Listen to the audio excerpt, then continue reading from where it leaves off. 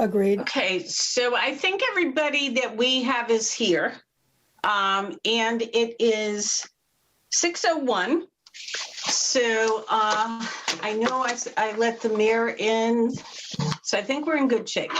So hold on, I just changed my papers. All right.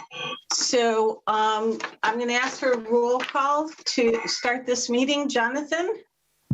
Jonathan Smith here. Lori? Laurie Garcia here. Marissa? Marissa Carreri here. Shannon? Shannon Dunham here. Maren?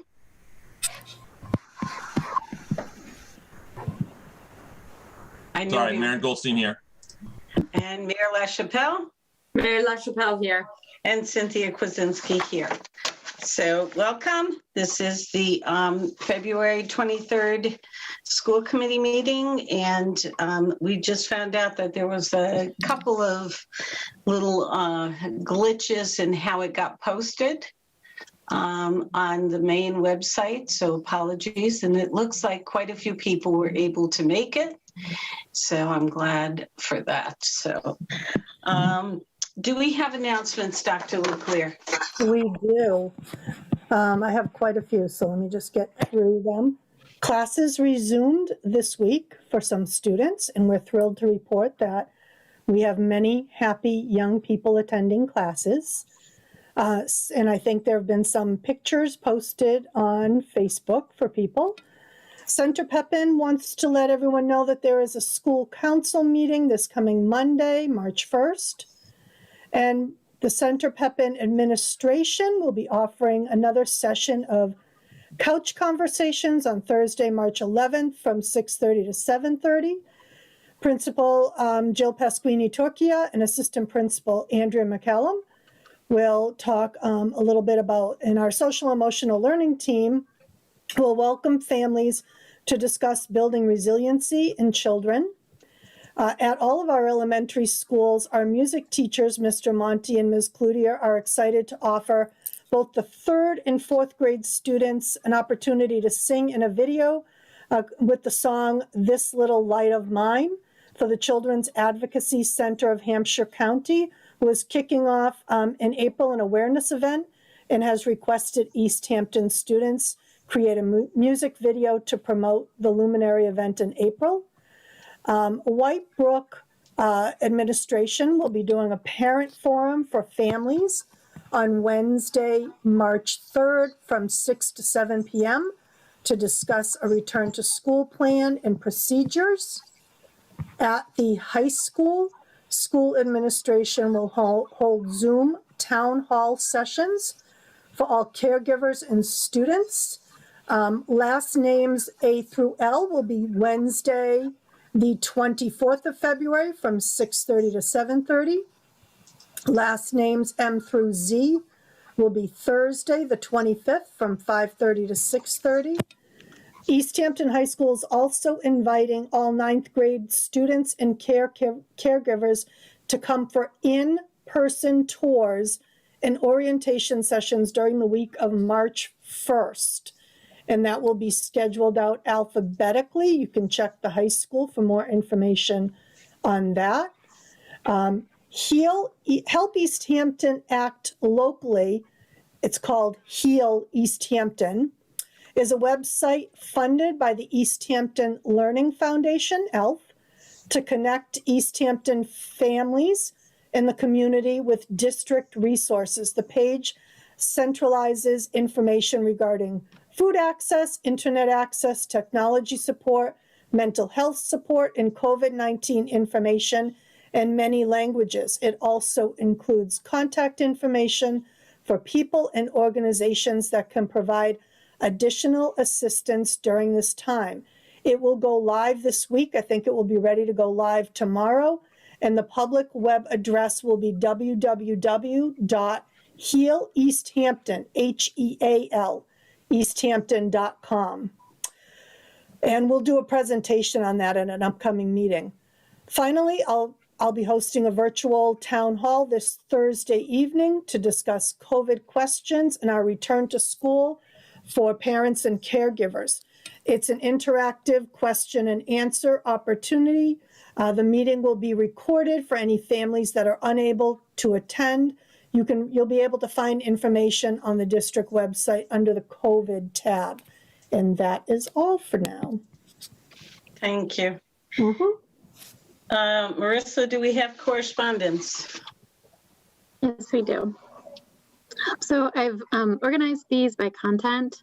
The first came from A Knee Is Not Enough, issuing a report card to the district to identify areas where they're seeking further information and oversight, specifically about internet access and free school lunches.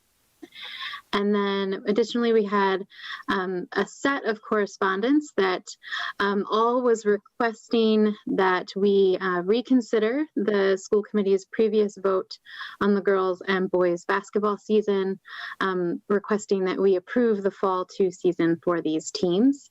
So all of this correspondence was under that category.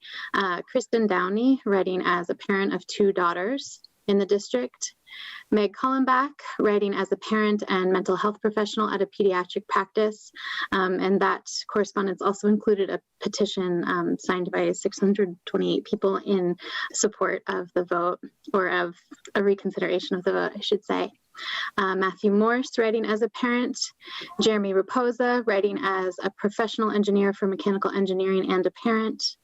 Veronica Raposa, writing as a member of the girls basketball team. Earl Raymond, writing as a parent. Christina Belfaki, requesting approval of girls basketball team. Samir Goddard, writing as a member of the boys basketball team. Margaret Barr, writing as a student. Jaden Ortiz, writing as a member of the boys basketball team. Gabriel Raposa, writing as a member of the boys basketball team. Gabe Cullenbach, writing as the senior captain of the boys basketball team, and Mateo Navarro, writing as a member of the boys basketball team. So that is our correspondence for this week. Thank you. Our next meeting will be March 9th, 2021. And now we're going to open it up to public speak. I'm going to ask that you limit to 3 minutes and you state your name and where you live. Okay, so I see Jared. And I'm going to be scrolling through. So if you raise your hand, I may not see you, but I will keep scrolling through. Jared, I see you. So we're going to open up with you first. So you want to make sure that you raise your hand some way so that I can see you. All right, go ahead, Jared. Well, I'm actually Jared's oldest son, Sam. So I kind of like am reading a letter representing the former players on the team. So as a former member of the Easthampton basketball team and an active supporter of the current team, we felt it's extremely important to share our thoughts about the recent decision to cancel the 2021 season.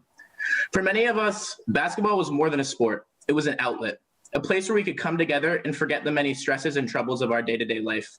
When we stepped on that court, whether it was for a game, practice, or a 10-minute shoot-around after school, all of our problems seemed to go away. Basketball captured our attention completely, testing every emotion, both good and bad, helping us become the men we are today. Each day was a new lesson, a new problem, both for the individual and the team.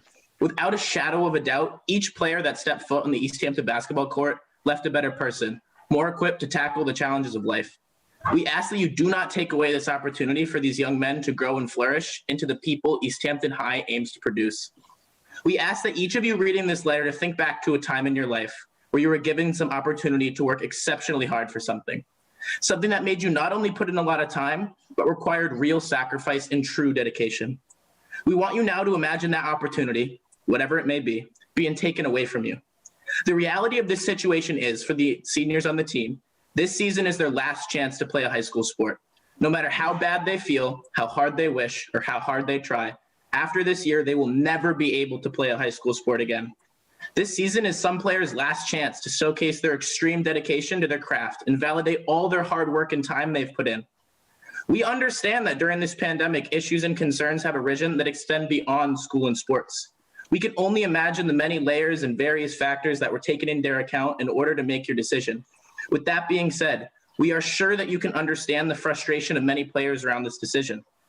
The reality of the situation is For many of these players, if they just played on a different team or played a different sport or went to a different school in the area, then they'd be able to showcase their remarkable hard work and dedication for the game they love.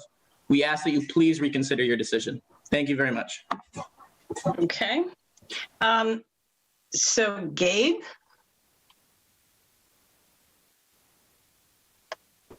Yeah, hello. I also wanted to speak on this, being a senior, the only senior that's been going to the trainings on our team, and the captain. I thought it was really important that I could come out here and talk to all of you. I did send a letter, but I wanted to speak again.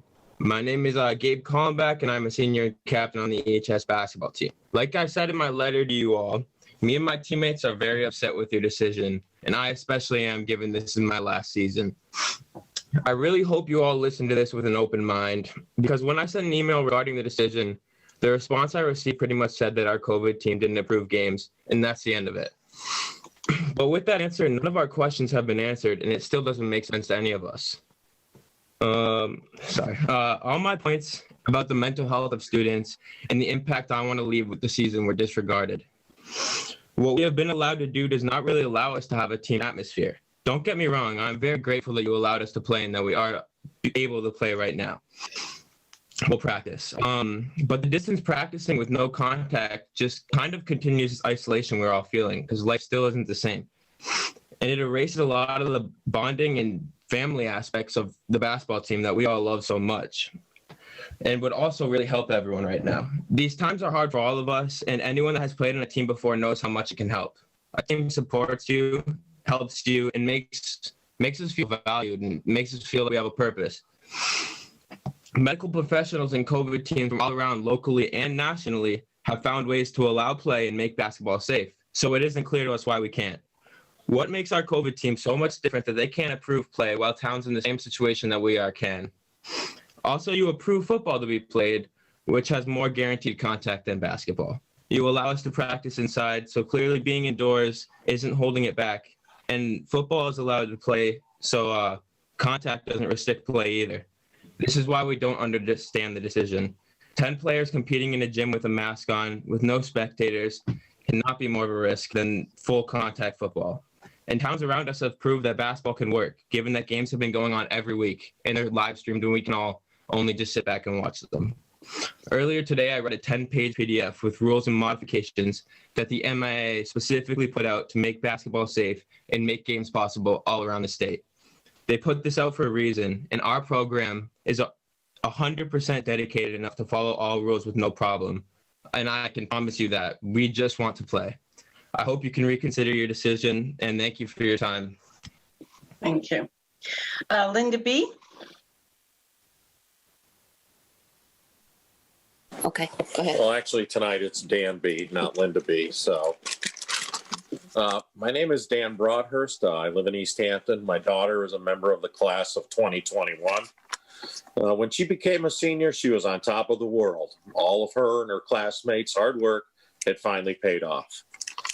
But now, a year of being locked down, she is depressed and confused,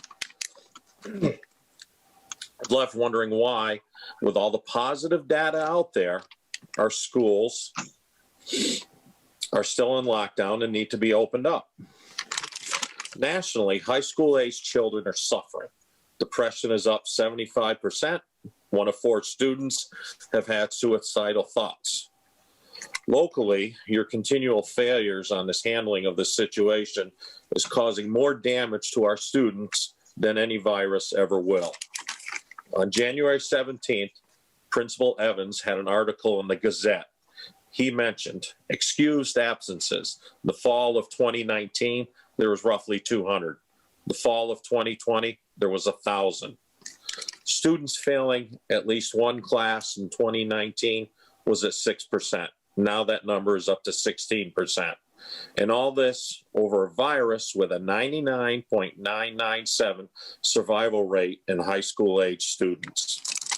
So with all this being said, open our schools up full time, not a few hours a day, every other week. That only will continue to show that you and your experts do not want what is best for our students. I'm also hoping that our class of 2021 will not be forgotten about.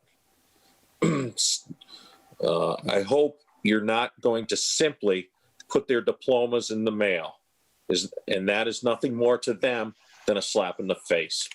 Give them a proper send-off. Show them all their hard work has not gone unnoticed.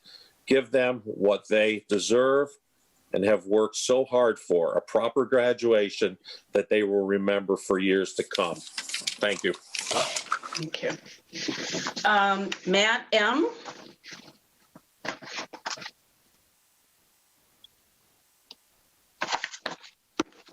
Yep.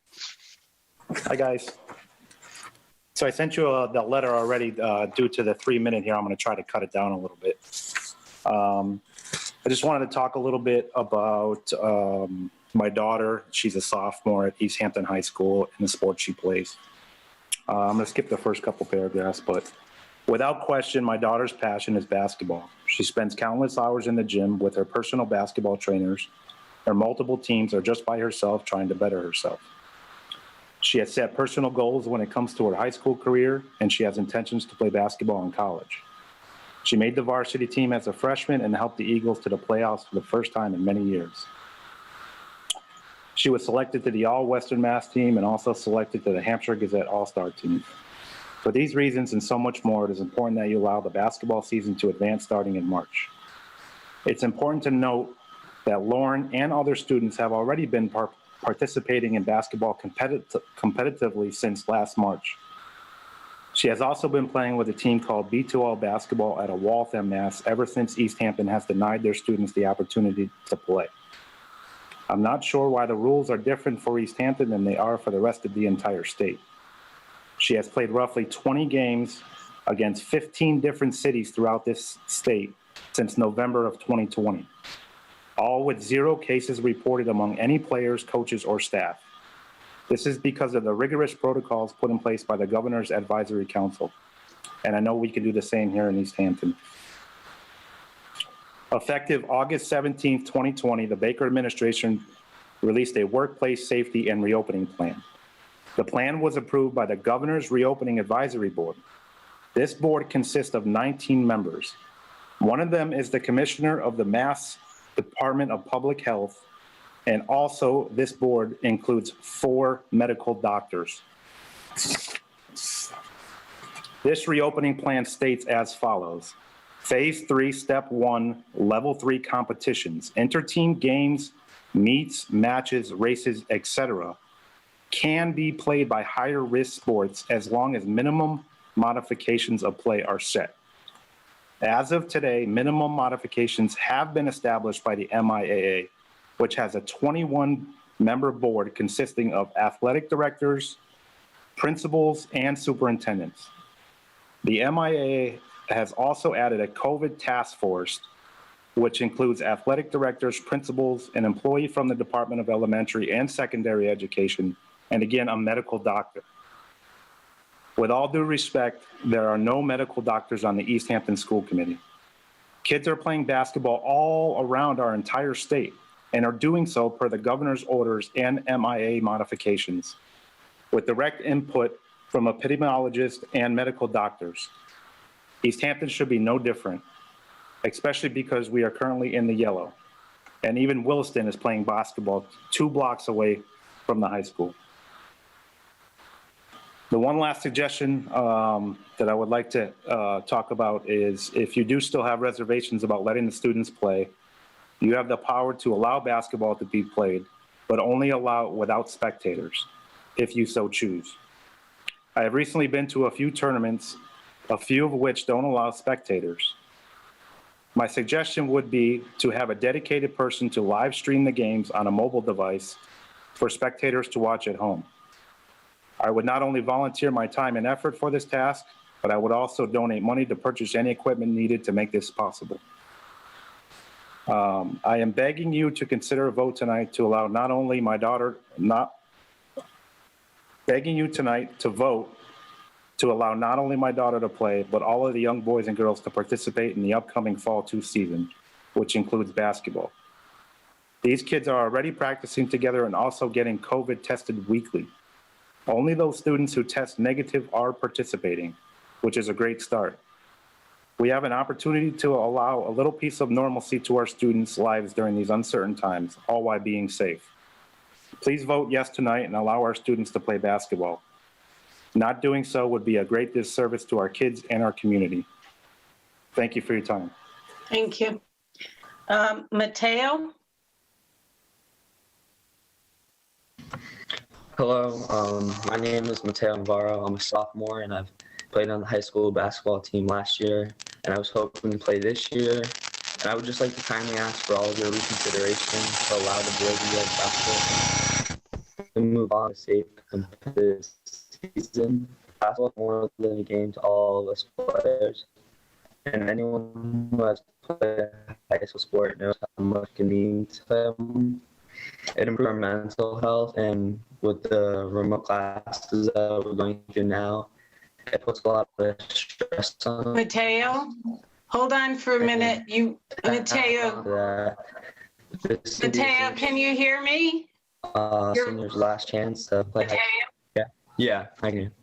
Okay, so your voice is freezing. I can call on 2 other people, and if you get off and come back on, it might clear up the problem. So I promise I'll take one more person, log off, we'll let you back in, and then we'll call you back, okay? Because we can't hear you. With his camera off, he'll be fine. Okay, Mateo, can try now. All right, is this better? Yeah, yes. That is better. Good. All right. Where did you guys hear last? Very little of anything. Okay, I'll start over. Okay. So I would just like to kindly ask for all your reconsideration to allow the boys and girls basketball team to move on with a safe competitive season. Basketball is more than a game to all of us players, and anyone who has played a high school sport knows how much it can mean to someone. In addition to that, with the times we're going through now, our remote classes put a lot of stress on us, and with basketball and socialization, it can improve our mental health a lot. To add on to that, seniors, this is their last chance to play a high school sport, and for those who hope to pursue a college career in basketball, it might be their last chance to get noticed by at college. I'm confident that with a safe plan, we can go forward and have a safe competitive season. And I could go on, but I already put in my email, so I asked nicely, please let us play. That is all. Thank you. Thank you. So Meg, calling back. Hi, everybody. Thanks so much. And first of all, I just want to start by thanking you all for being part of our school committee. I can't imagine what it's like that time to dedicate to it. And then in a pandemic, I just want to say I really appreciate all you guys are doing and the thoughtfulness around the decisions that you make. I do want to read what I wrote because I think it's important, and I'm writing as a parent. And for those of you who don't know, I have 3 kids in Easthampton, and then I'm also the mental health, one of the mental health providers for Northampton area pediatrics. And I'm speaking tonight to request that the school committee reverse the decision about the 2021 high school basketball season.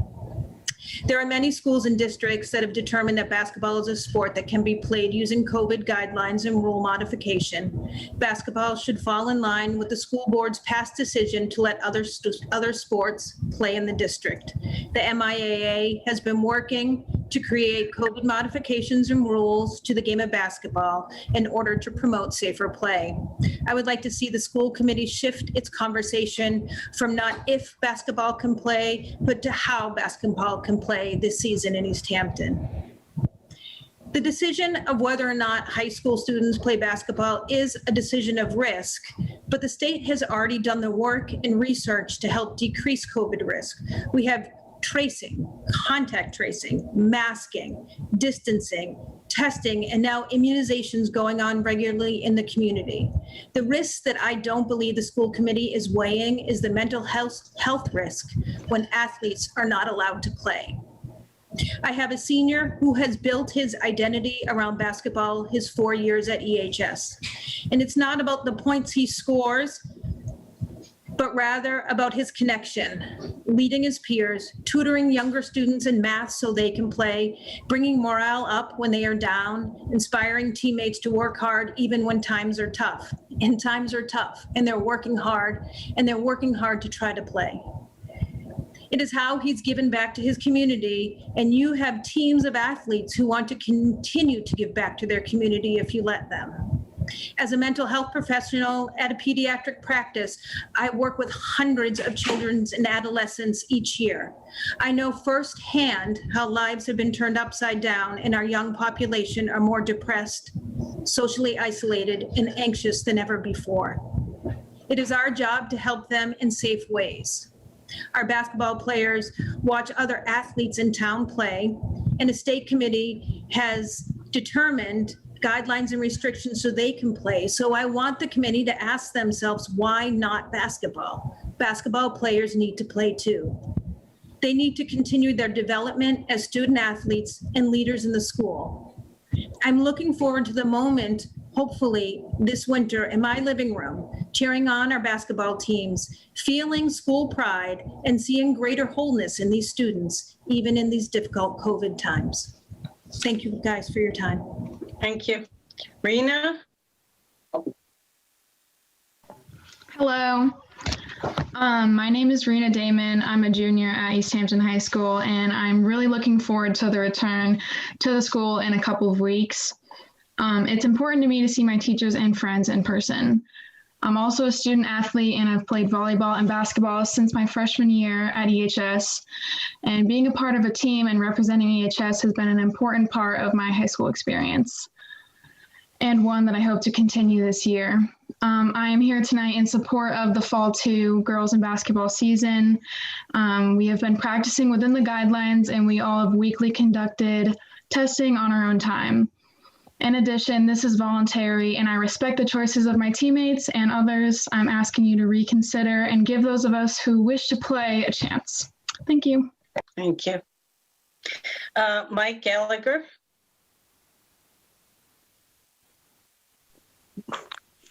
Hello, I'm Mike Gallagher. I live in Holyoke, and my son Jonathan goes to your school on school choice. He's a sophomore at Easthampton High School, and his brother Michael Brown graduated last year. And, one of the best things that's happened from us being allowed to join your community via your school system has been my son's playing on your sports teams. Jonathan played for your junior varsity baseball team when he was in 8th grade at Whitebrook Middle School, and Michael played 2 years of junior varsity at Easthampton High on basketball and 2 years on the varsity team.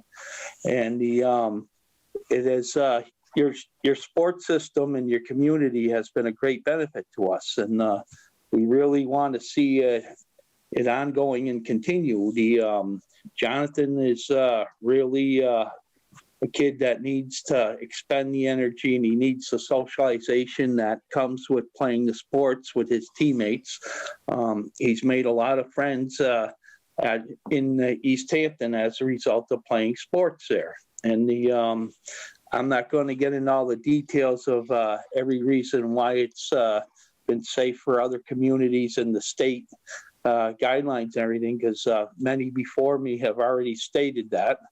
I just hope that you strongly are considering listening to what everybody's asking you tonight, and that you have come into this meeting tonight with an open mind, and that you do not already have a predetermined outcome in your minds without listening to the opinion of those who are here tonight speaking to you. Thank you for your time.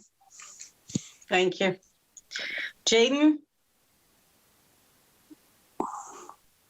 Hello, my name is Jaden Ortiz. I am a student at Easthampton High School, and I live in Easthampton. I'm also a part of the boys basketball team, and I wanted to talk today because I believe that we should have a season. All of us that participate work year-round, and my teammates are some of the most dedicated people I've ever seen. All we want is a fair chance to play, and I believe that the decision to not have a basketball season should be reconsidered. Thank you. Thank you. Samir? Did I say that right? Yes. Hi, my name is Samir, and I'm a player for the Easthampton basketball team at EHS. And I got the pleasure to play for 1 year. I'm a sophomore last year.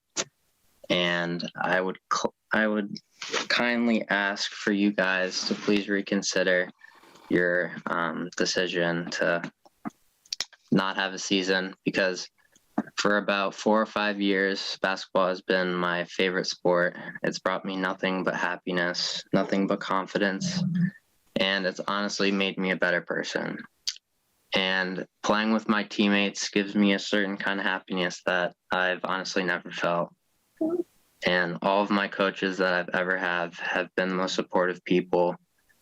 And all the seasons that I've ever played, I've just been more confident. And I'm just asking that you guys please reconsider, because it gives us an opportunity to do something that we really can't right now. It's feel happy, do something that we usually do, not during this pandemic. And it just gives us some sort of normalcy that we can't really feel right now. Thank you. Thank you. Okay, I just looked through. It appears as though there is no one else. I'm going to check through one more time. If you want to talk, now is the time, because I am about to close public speak. This is my last scroll through. All right, we are going to close public speak. Okay, thank you for everyone who spoke. So now we are on subcommittee updates. Can we start with policy? We have not met, and I have not seen any updates on the MASC site. Okay. And finance? Yep, Finance Committee met. We've been starting to look at the budget developing for FY 2022. We obviously are working off of the negative 2.5% budget restriction that has been forwarded to us by the mayor. And we are working diligently to try to find that ability to be able to do that without having to do any layoffs or any changing in staff. So we're working towards that. The budgets so far are on track as best we can so far, and then we'll start to be able to look further into them in the coming weeks. But so far we've been reviewed the elementary schools and the high school, middle school budgets. So those budgets are on track. We're looking to be able to do what we need to do given the different restrictions. Thank you. How about a collaborative update? Madam Chair? Yes. If I could just comment, I have a question. What school committee meeting do you think, or maybe Superintendent Leclerc knows, that it'll come before the whole school committee for vote on the budget? We have that date. That'll be the second school committee in March. So I think that's okay. 23rd. Yeah, I think it's the 23rd. Yeah. All right. Thank you. And also I had put an email forward to the superintendent asking the school committee to consider for next fiscal year to change their budget timeline to come within the other with all the departments. It would be very helpful.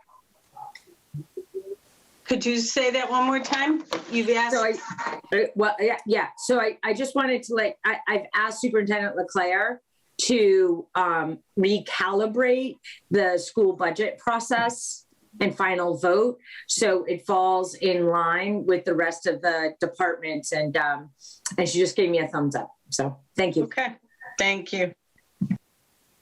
All righty. Collaborative, Jonathan? Sure. So I'll remind you that we are on track to continue with the executive director search. Screening is, I believe, underway. and we will be scheduling interviews later on in March. I want to throw out a shout out to the collaborative for a lot of work that they've done to help advocate for or on behalf of our educators being of a higher priority in terms of vaccinations.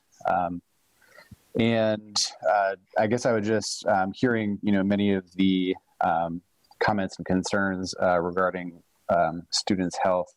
I'll reiterate something I mentioned at our last meeting, which is that the biannual SPIFFy surveys are going to be happening in the coming months. And I think, that's going to be an extremely informative and valuable data source as we think about how to support what is undoubtedly going to be, or what has undoubtedly been a traumatic experience for our students. And, we're going to need to think real hard about supporting them regardless of what activities are available now. They're going to need our help in the future, and I look forward to seeing that data to help us do so. Thank you. COVID response update? Yes, before I just give a very brief update, because Dr. LeClaire will be speaking to what we discussed yesterday. I would like to tell everybody here tonight, because so many people are new to our school committee meetings, and I know that you're very concerned about how we make our decisions. So I want to reiterate who is on our COVID response team. We are so very fortunate, because I don't know of any other district in this Commonwealth that has the medical professionals that we do, who sit and meet weekly to discuss all of these health concerns during this pandemic. So we have our head of public health. We have the new nurse who was hired by the city to do the contact tracing and many other things, including working with us on the metrics. So she is the district's public health nurse. We have the two nurses who are in the school department, and we have a pediatrician. So those are our healthcare professionals, but on top of everyone's specialties, I would like to once again recognize an epidemiologist, Megan Harvey, who has volunteered her time, who is a professor of epidemiology, and she meets with us weekly as well. And for those of you who don't know what an epidemiologist does, that is the science about the spread of disease. I don't know if I'm giving the exact definition. So for all of our concerned citizens who write and tell us that we don't have any doctors on our school committee, I'm so fortunate to be the school committee member to sit weekly with this group of professionals who guide our decisions. And I would like to also repeat that the MIAA only has one doctor. So I believe we have a lot more health professionals working on our team in the city of Easthampton. And we're so fortunate for that. So as I said, Dr. LeClaire will be talking about what we discussed in a very lengthy and comprehensive meeting yesterday, when we discussed the exact metrics and the charts that we use to determine our school reentry, which is our most important need right now to get our students back in school. Thank you. Thank you. And then we have listed a superintendent contract update. I'm just going to announce that we are updating the contract. We've come to an agreement with Dr. LeClaire, and I expect that we will have the contract ready for signature tomorrow or Thursday, and we will be all set. So I'm looking forward to having that signed. So now we're time for the superintendent update. And I have allowed sharing, so you should be all set.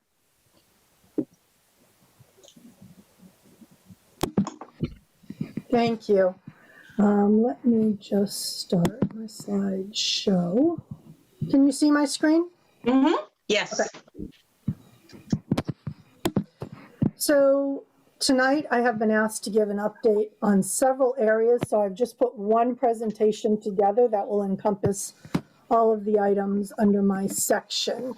So this is our return to school update. And as I mentioned in my announcements, we are thrilled to finally have students back inside of every single one of our school buildings. And I hope it continues. I hope it grows and grows and grows every week. So let me start by discussing the metrics in the student return information. So I did hear, as some other folks on the school committee heard, that there were questions around our metrics. So just reminding everyone, the school committee voted at the last meeting to have the marker for a return of special populations be 35 cases per 100,000, and the marker for students to return to hybrid for grades 2 through 12 to be 30 cases per 100,000. So how do we know if we're there? Are we there? Where are we? What are we using for metrics? All of those questions seem to be circling around. So as I've attributed multiple times, we use a lot of resources. Obviously, we don't have 100,000 people living in Easthampton, so it is a formula that is weighted. So we met yesterday as the COVID advisory team to dive into this a little bit more closely to provide a recommendation to this committee. They provided the recommendation to me, and I'm bringing it forward to you. For the cases that are listed here, the COVID response committee looked at the CDC guidance, the most recent CDC guidance, which articulates using city and county 7-day averages. So we thought, then let's keep with that metric, because we feel as though the CDC is providing guidance that is steeped in science and reviewed by peers.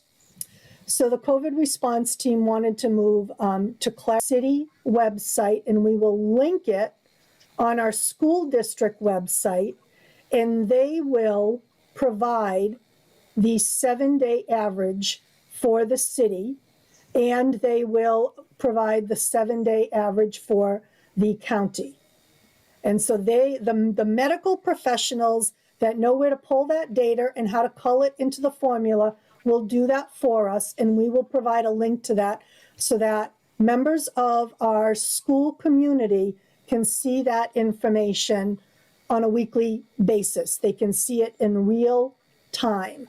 And it is just, I want to clarify for people, the practice will be, and we reviewed this again in our COVID response team, if either the city or the county metric bumps up to, starts going on an upward trend or goes over either one of these thresholds, that will be a reason for the COVID response team to meet and discuss the metrics and look more closely at the data. It will not be a reason to close our doors immediately. It will not be a reason to pause, not unless we determine that it is necessary to pause. So the COVID response team will look at the data and make a recommendation to me. I will then report out to the school community if there's a metric that we're concerned about and we're watching, what the advice from the COVID response team is, and how we'll proceed. And that may be we'll continue on, school will continue on, or it might be that we have to pause. But I hope that that information clarifies a little bit the process that we're looking to undertake. And right now, the metrics in Easthampton are well below both of the thresholds listed on this document. So we feel as though in our, I think it's fair to say, and we've talked with our city health folks a lot in the past 2 days, the trend is in a downward scope. So people have been listening in Easthampton And the number is on a downward trend. So we feel very confident about the numbers this week. And I'll be happy to share them out once we get that link set up with the city for the dashboard. I can share that out with the community in a message. So I will pause there in case Laurie wants to add anything or if anyone has a question. Superintendent, I have a question. Yes. So the metrics that we're talking about, and thank you for the thorough presentation. Are there separate metrics or consideration for in-person sports or extracurricular activities like theater? There are not. The restrictions around things like sports come from the MIAA and come from DESE, which we have that guidance, and around theater, vocal performances, those are all guidance documents that come from the Department of Education or from the MIAA in the case of sports. Thank you. Laurie? We should also add that we did discuss the CDC guidelines that came out recently, which do clearly state that with the metrics that we have right now, we should just be focused on getting the students in the classroom and not on the extracurricular activities, including sports, with the numbers we have. I just had printed up today the CDC guidelines, and their top paragraph is in-person instruction should be prioritized over extracurricular activities, including sports and school events, in order to minimize risk of transmission in schools and protect in-person learning. Well, I will say that I believe when we had that conversation at the COVID advisory response team, that was during school vacation. The numbers have significantly dropped, and I'm not sure that that's still an accurate statement. We did not discuss sports at yesterday's COVID response team. So the metric has significantly shifted from last week. So I would need to look further into the accuracy of that statement.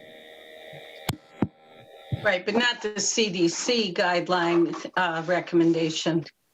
No, but that's just haven't had time to talk about it. Document is a 38-page document that has information. Yeah. So this is just a summary of what I just spoke about.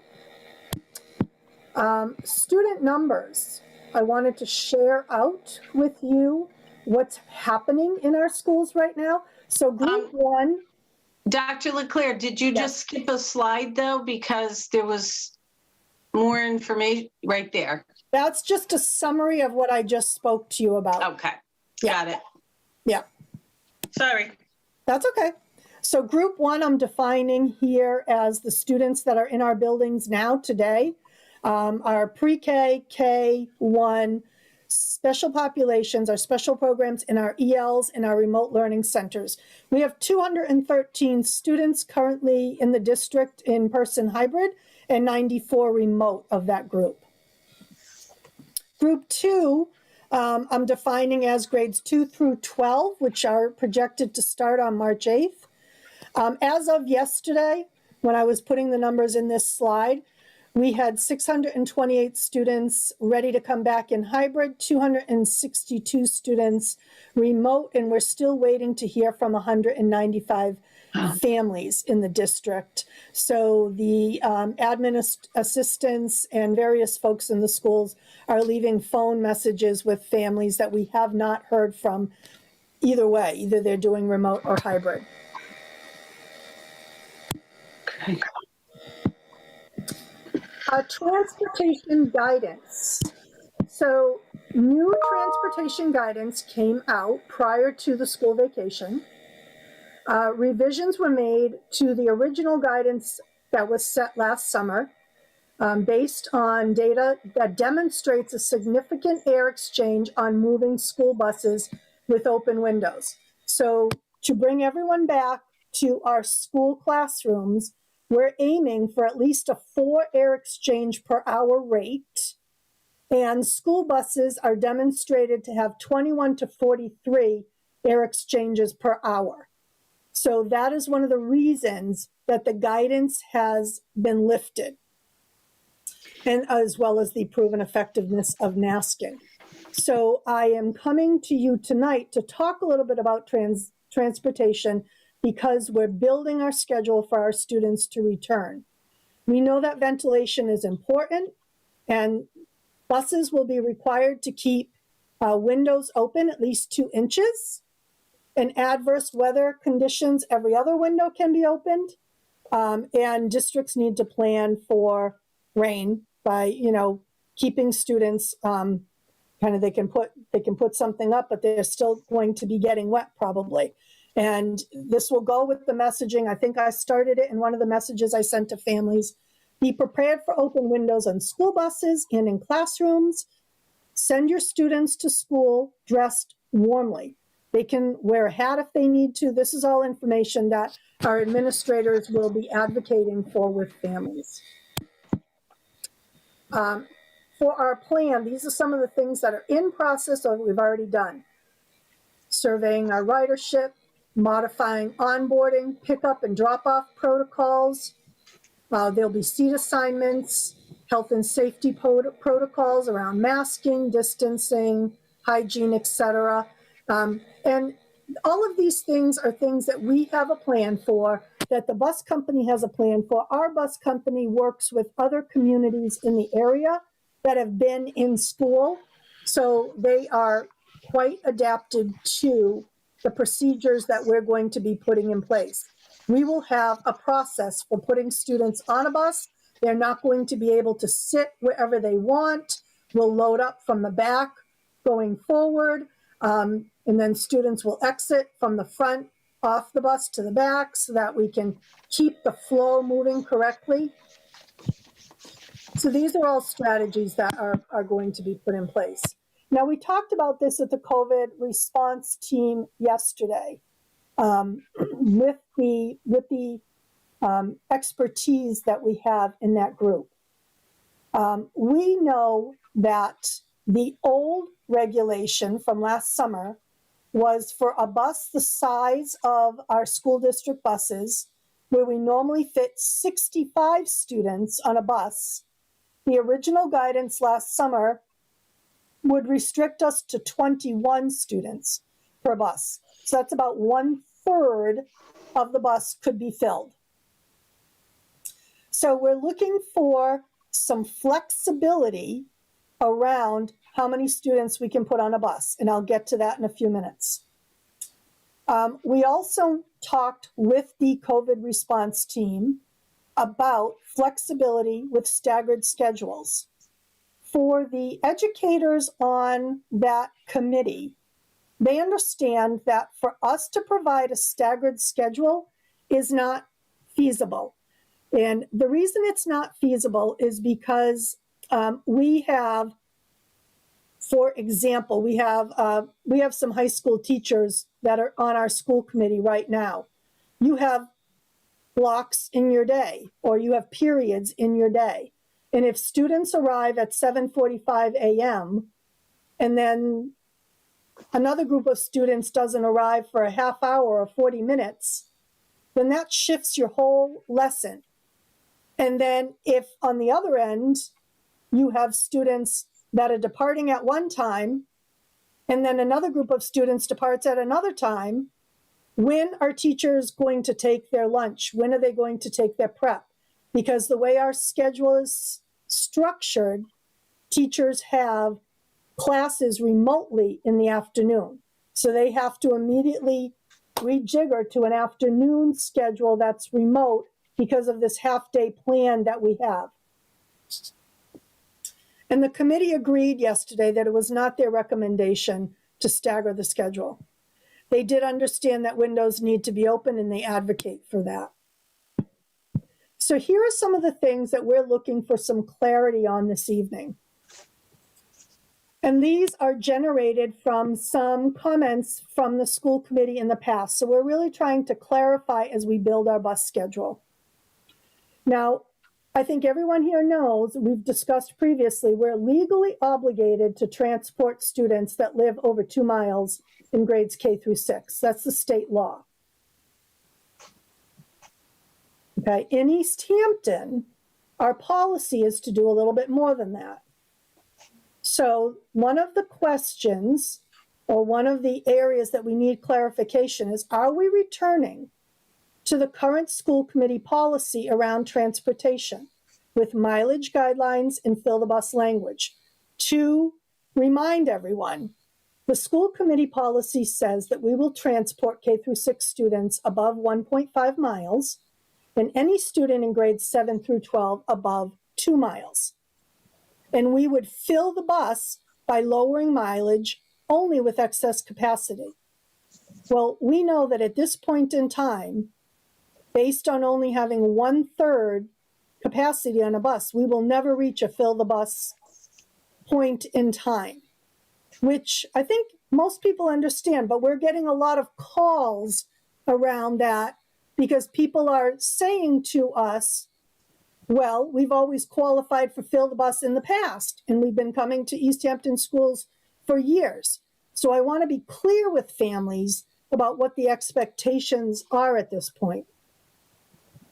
And then there are also families in the district that are requesting transportation that do not meet either the state guidelines or the school committee policy. So how do we deal with that?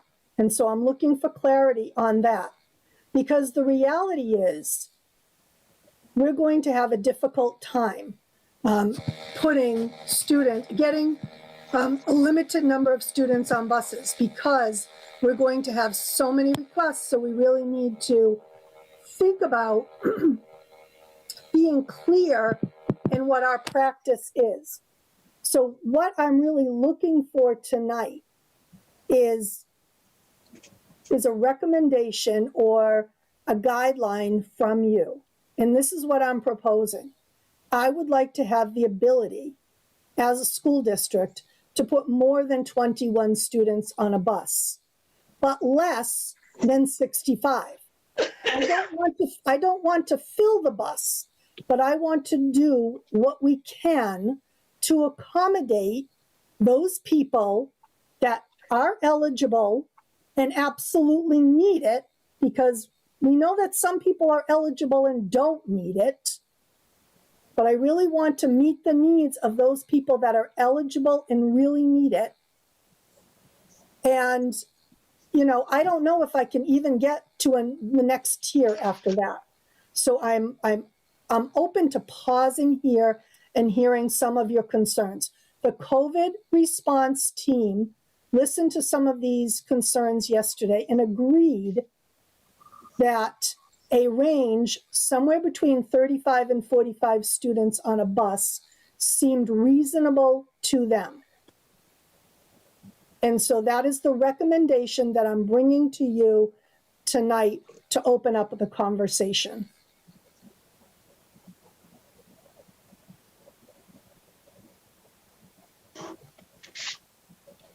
Superintendent Leclerc? Yes.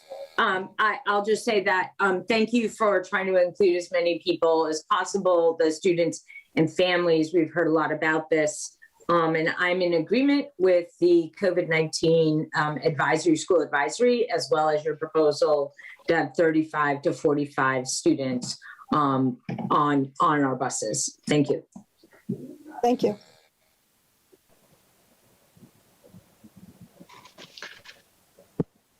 Anybody else?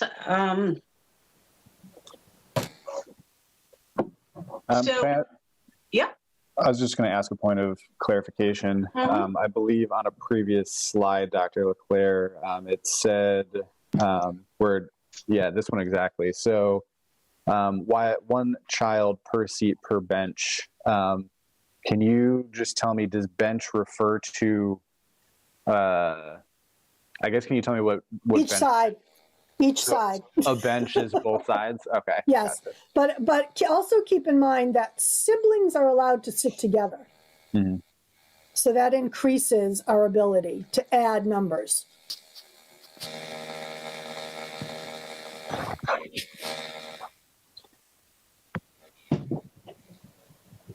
Can I also ask, so I'm assuming that masks are going to be required for the entire time they're on buses. Is there going to be any other adult other than the bus driver on those buses to sort of help maintain those requirements? At this time, we do have some bus monitors on some vans, special transportation. We don't have any on the larger buses, but we are considering that depending on the number of students that we have that express interest in riding on the bus. So if the number is smaller, we may not have a monitor, but if we have closer to the 35 to 45 range, then we probably will seek to have another adult on the bus if we can find someone. Yeah, it would be my recommendation to certainly include that. It seems that there's already enough going on for the bus driver to be able to pay attention to the driving and all of the other stuff going on that's normal. But with these sort of additional safety precautions that need to be sort of closely monitored, it does seem like that we should put forward having additional staff to be able to monitor and support proper safety on our buses. And, the other thing that I'd like to just reiterate to people that are listening and to the committee, in a normal year, we would route the buses once in the summer. We've done it 4 times already this year because of, stop and starts, guidance changes on the bus transportation, that sort of thing. Now we're in it again.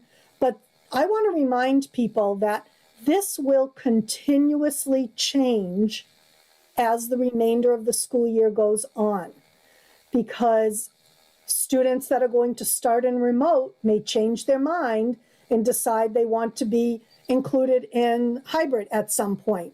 And then do we need to make room for them on the bus? Also, there's, the commissioner had some comments today about bringing students back fully. I don't know where that's going, but, I just ask for families to have grace and patience as we go through this process. And we've said it a million times as a school committee and as a district leadership team, we need to be flexible and fluid as we're moving through this process. So we may start, at one point, and then we're going to build on that. Dale is in charge of kind of managing our buses. Yes. And I see her hand raised. So was there something you wanted to add? Just some additional information relative to the point that Maren raised, and as the superintendent indicated, we haven't made a decision about monitors yet, but certainly are considering them. I wanted to let people know that with Durham's route manager, I had a conversation precisely about this issue, and they've been running routes in 2 other districts to a greater extent than we have in Easthampton this year. And she mentioned to me that they've had very, very good compliance in terms of the safety guidelines, social distancing, masks, et cetera, from students, that they've become very accustomed to doing that when they're out in public, and they've not had a lot of trouble. So one of the things I think will be important is measuring that risk against giving up a seat, depending on how many kids need a ride. And I just wanted to mention that. Dale, I do have a quick question. Do you know the longest ride en route that there is? Do you know how many minutes that is? Any idea? I would say we don't have, I would say the longest routes in Easthampton are about 45 minutes. Okay. That's off the top of my head, my memory of bus routes in the past. Okay. 21 to 43 air exchanges per hour. So Allison, I didn't hear you, Dr. I Leclerc. said, as a reminder, with 21 to 43 air exchanges per hour on a bus.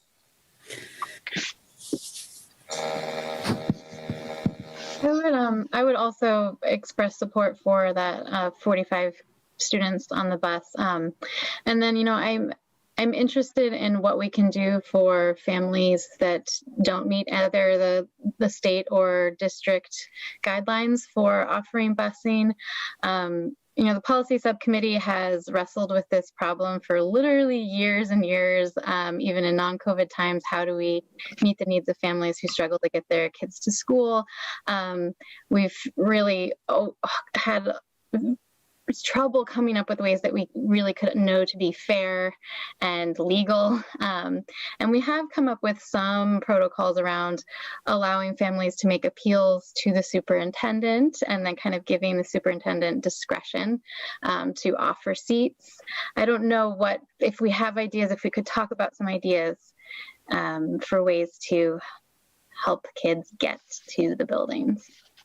Right, and I would just preface those comments by indicating that we don't have a lot of flexibility during a normal school year when we have full buses. We only have 7 buses. So we don't have, in a good year, we don't have the ability to agree to a lot of the appeals that are made. And it's because we're very limited by the number of buses that we have. And my concern about acknowledging or approving appeals now is if I give a seat to a student that, for example, lives a mile away from school, so they don't meet either the state or the school district guidance or policy, but they live a mile away and their parents are appealing for them to get a ride. What happens a month from now or 2 months from now when I have more students that want to come in person and they are eligible? Do I then have to kick somebody off the bus? So it's going to put me in a tough spot. And so I'm leery about a lot of that, and how do we make that work? So that's another kind of monkey wrench in it, if you will. Do you have an idea right now if you were putting 35 to 45 kids on a bus right now with the 213 and 628, how many kids are actually needing to take a bus and wanting to take a bus? Do you have a number? Dale is the person that has the closest amount of information on that. Dale, I don't know if you can put Dale does not have any final numbers, but Dale has been collecting information from the administrator, so I don't know if she wants to make any comment. Sure. With the guideline that's being discussed right now, I feel fairly confident that we would be able to offer a seat to every student who is eligible by the current policy. School committee policy. And wishes to ride the bus. But the caveat with that, there are two. One is that there are families we've not heard from. And the other is that as the spring goes on, there could be more students who want to ride the bus and are eligible by policy. And there could be more kids who return to school and would want to ride the bus. So I think for March 8th, we've got it covered, but going forward is the concern. And it may be, the other piece is it may be a matter of all of you understanding that the guidelines now, the recommendation I'm making tonight is 35 to 45 students per bus. But if we start tipping into needing more seats, say in April, I may come to you and say, I need to fill the bus with 65 students if you want us to continue offering this support to families. So that, so again, it's all about the flexibility and the understanding. Well, everything's had to be flexible this year anyway. So. Right. I don't know if you can see my hands, but I've had it for a while. No, so you just have to jump in, Shannon. There's only 4 people to that, showing. Flexibility piece, and I apologize if Allison has already said it, but we are anticipating updating the bus routes probably weekly and posting them to the website. So it would be very helpful for families to understand that it's going to be changeable and they need to check the routes on the website probably on a weekly basis because there could be changes. Okay, thank you. Shannon? Okay, so first, it was my understanding that part of the survey that you sent out and the school sent out was asking people who needed the bus. Where are we with those numbers? Not who's eligible, who needs it. Dale has those numbers, and now it's a matter of, some people put that some people that are eligible need it, and some people that are not eligible need it, but we're also dealing with, today Dale had 12 families call that never completed the survey, but wanted to know what bus their child would be on. So, we're still in the midst of collecting it. There are 195 people between the middle school and the high school that we haven't heard from yet. And that's in that grade 7 through 12 range, which is more challenging for us. And it's, having us wonder, what is our priority? Is our priority to get more of the K through 6 students on buses that really need it, or on the 7 to 12 level? But Dale, do you want to answer Shannon's question to the best of your ability?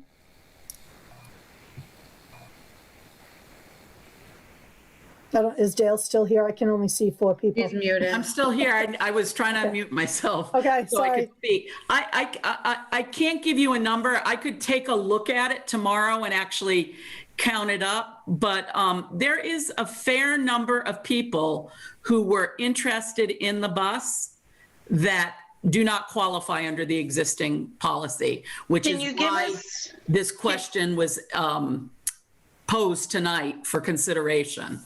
I understand that the number's changing, but can you give us a rough estimate as to how many people we're talking about? So I think a fair number is hard for me to imagine. The high school principal said today he had 30 people that fell within that range, 30-something people. He said of that group, he said some of them were already eligible for special ed population, so he needed to take them out. And he said some of them only, didn't actually qualify under any of the guidelines. So they lived below the 2 miles at the high school level. So he needed to go back and see, are they able to walk or ride a bike? What sort of, he needed to follow up with them. So it was generating a further phone discussion with them. So that's the high school, and I feel a lot more confident about high school kids getting themselves to school. I'm a little more concerned about elementary and middle. Do you have some guesstimate as to how many we're talking about who are in need? I would say at the elementary school, it's a handful, if that. And to be honest with you, the middle school is the school to where the buses are typically the fullest. More kids qualify for transportation to the middle school than to the high school. because of their distance. And I would guess that the middle school might be the same number as the high school, or a little bit more. So around 30 to 40? Yes. Okay. Okay.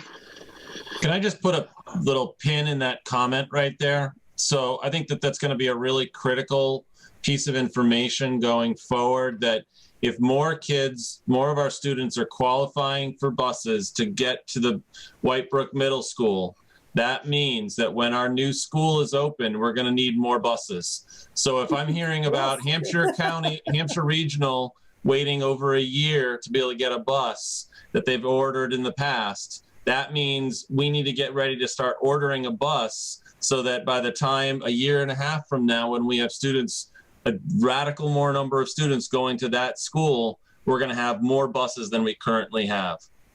Yep.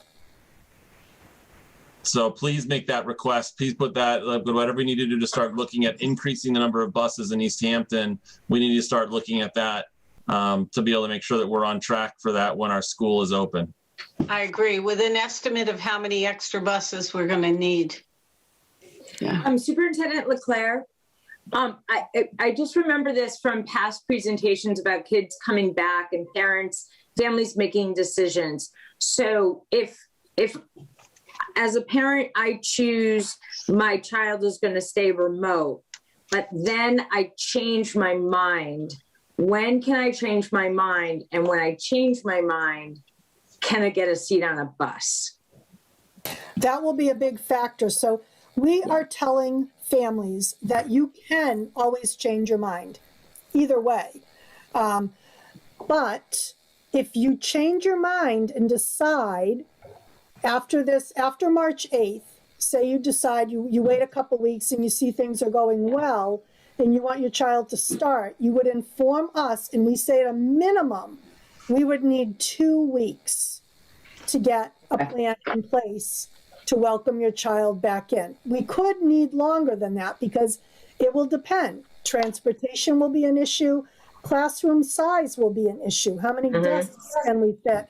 Will they be in cohort A or cohort B? So do they need a paraprofessional to support them in person? There are a lot of factors. So we're telling families at a minimum we would need 2 weeks to welcome your child back in if they don't articulate at this point in time that they want to join the school. So yes, that could be a transportation issue. That's why Dale is saying we're going to constantly need to be issuing new routes and new information to families, and that's why we want to keep families in the loop. Thank you very much.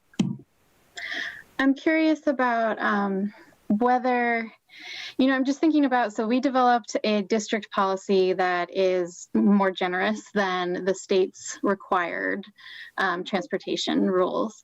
And so that was something that we did as the fairest way we could imagine to get the most number of kids transportation into our buildings. Is there some way that we could have a temporary policy during this hybrid period where, I'm not sure exactly what it would look like, but something that allows us to serve students who need transportation now and who have committed to hybrid now, as opposed to holding open space in case a future student returns to the hybrid model, such that the bus is now circulating with a seat that could have a student who's attending an in-person school now. Is there some way to have a revision to our policy such that, maybe if you have returned to school now, you can secure that spot? And then we just need to make sure that we're meeting the state requirement for the 2 miles, but perhaps we can't guarantee someone who lives 1.6 miles away who returns in late May a spot on the bus. Does that make sense? And yeah, I believe we can do that. These are historic pandemic times. So you make COVID plans for everything. Well, that is an interesting concept.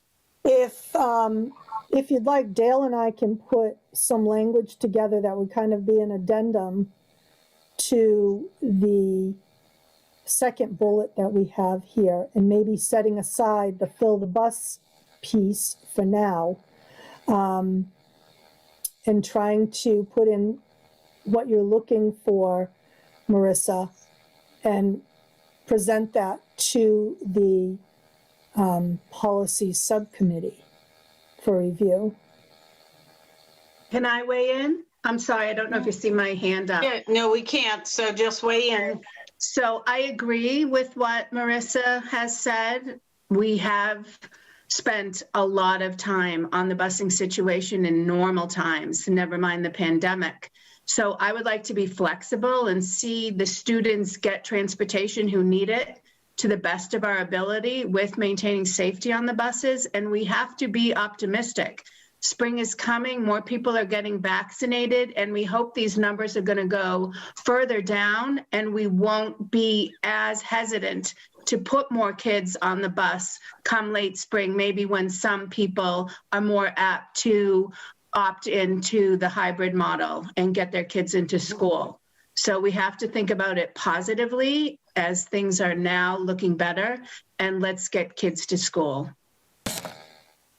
If we're talking about amending the policy, adding an amendment, one of the things that I was curious about is the fees. Are we going to follow through with the fees that we normally charge? There's families that are going to need the services who don't necessarily have the means. We're actually waiving all bus fees this year during this pandemic period. Okay. All right, thank you so much. That's helpful. I think I have some guidelines, as Dale said, to initially get this rolling for March 8th. And, we can put something together and run it by the policy subcommittee and see where we can go from there. I think I have some perspective on where you're kind of directing me to go, so we can make our best judgment on that. And hopefully I'll have numbers for you of students on the buses at the March 9th meeting, because we'll have students in the building at that point. I do have a question. So I do understand that you talked to teachers, middle school and high school, and their feeling was that staggering a schedule would be difficult, and I totally get that. However, with elementary school, we're really talking about the beginning of elementary school days is usually a morning meeting or a circle time. There's a period of transition where you are just settling the kids in and finding out how their day is going or what's on their mind or what they brought to school to share. And the same thing with the end of the day. It kind of is a little looser at the end of an elementary school day with all the real learning happening in between. So my question is, and I'm just asking this, we're trying to get as many needy people on the bus. What if we only staggered, say, pre-K through or K through 3 or the elementary, and because that's what, K through 4, and then we concentrated on opening up as much busing for the middle school and high school families. So, I'm just trying to. I can go back to the leadership team and discuss that option with them, Cindy. One concern that I would raise to you is, in this current model that we have approved, we're doing like a half day. We're not doing lunch. Yeah. But yet the students have a full day of school, as do the teachers. So the way our schedule, if you staggered it, what you have to remember is that our teachers, our union members, have a fixed schedule in the afternoon. As soon as the students get on the bus, they have to have their lunch, then their prep, and then they have to be ready for science and social studies. They can't stagger. That's their afternoon schedule. So their afternoon is locked.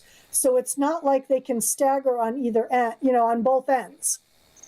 There's a possibility they could stagger on the front, but they all have to have lunch at a certain time because they all have to have their afternoon their afternoon schedule in remote learning is a fixed schedule. I get it. But So if we what were in about school para full support? What about para support? But then if I stagger, and I'm not trying to be problematic. No, but I hear you. You know, as a teacher, that the paras are in the remote lessons doing pull-out groups.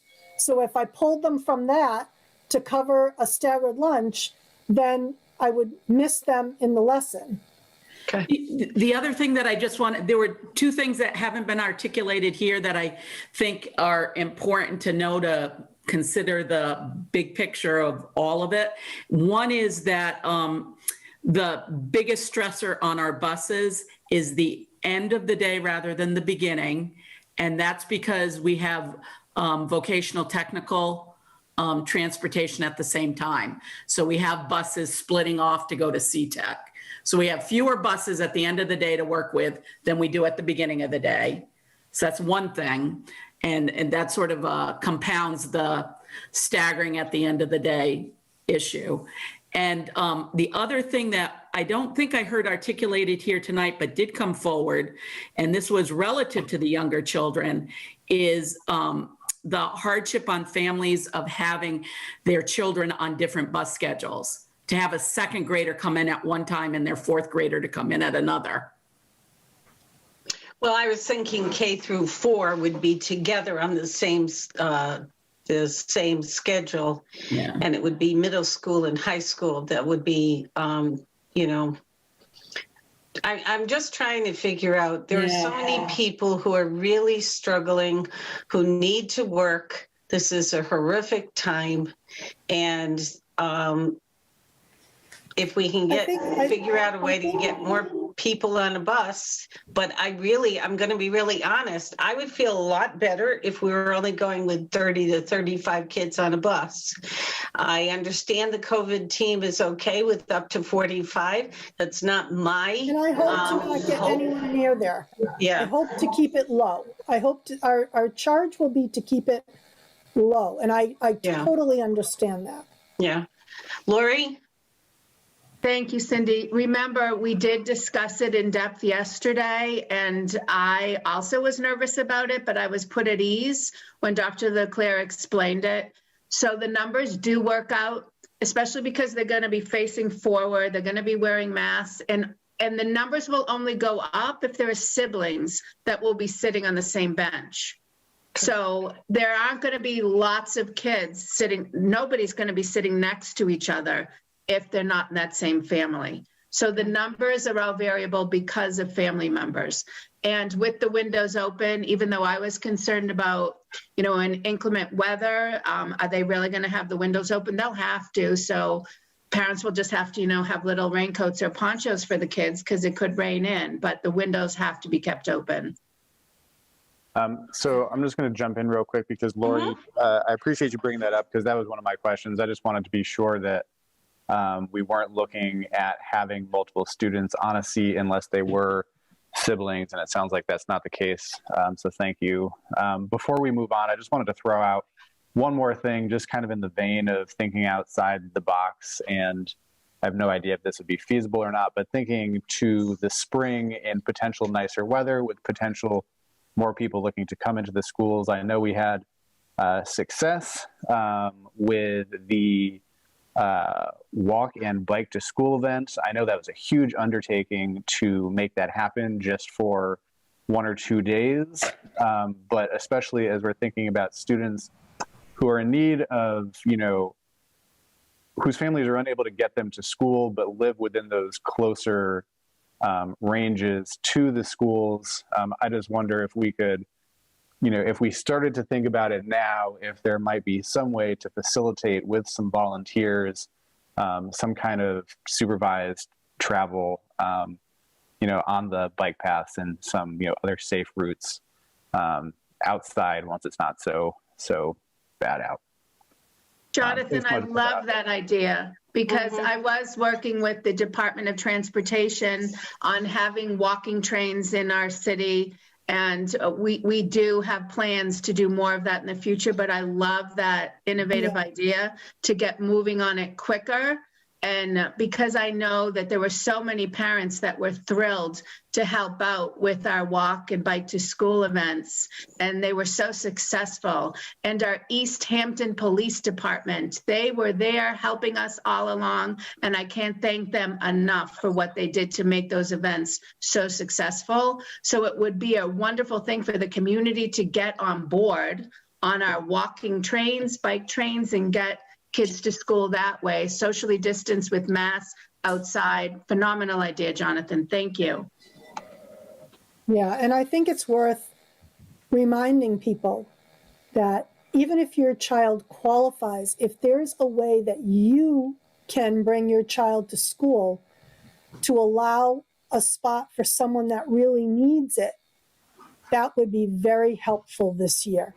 So, you know, it's I think it will take some reminding, but I think we can get there.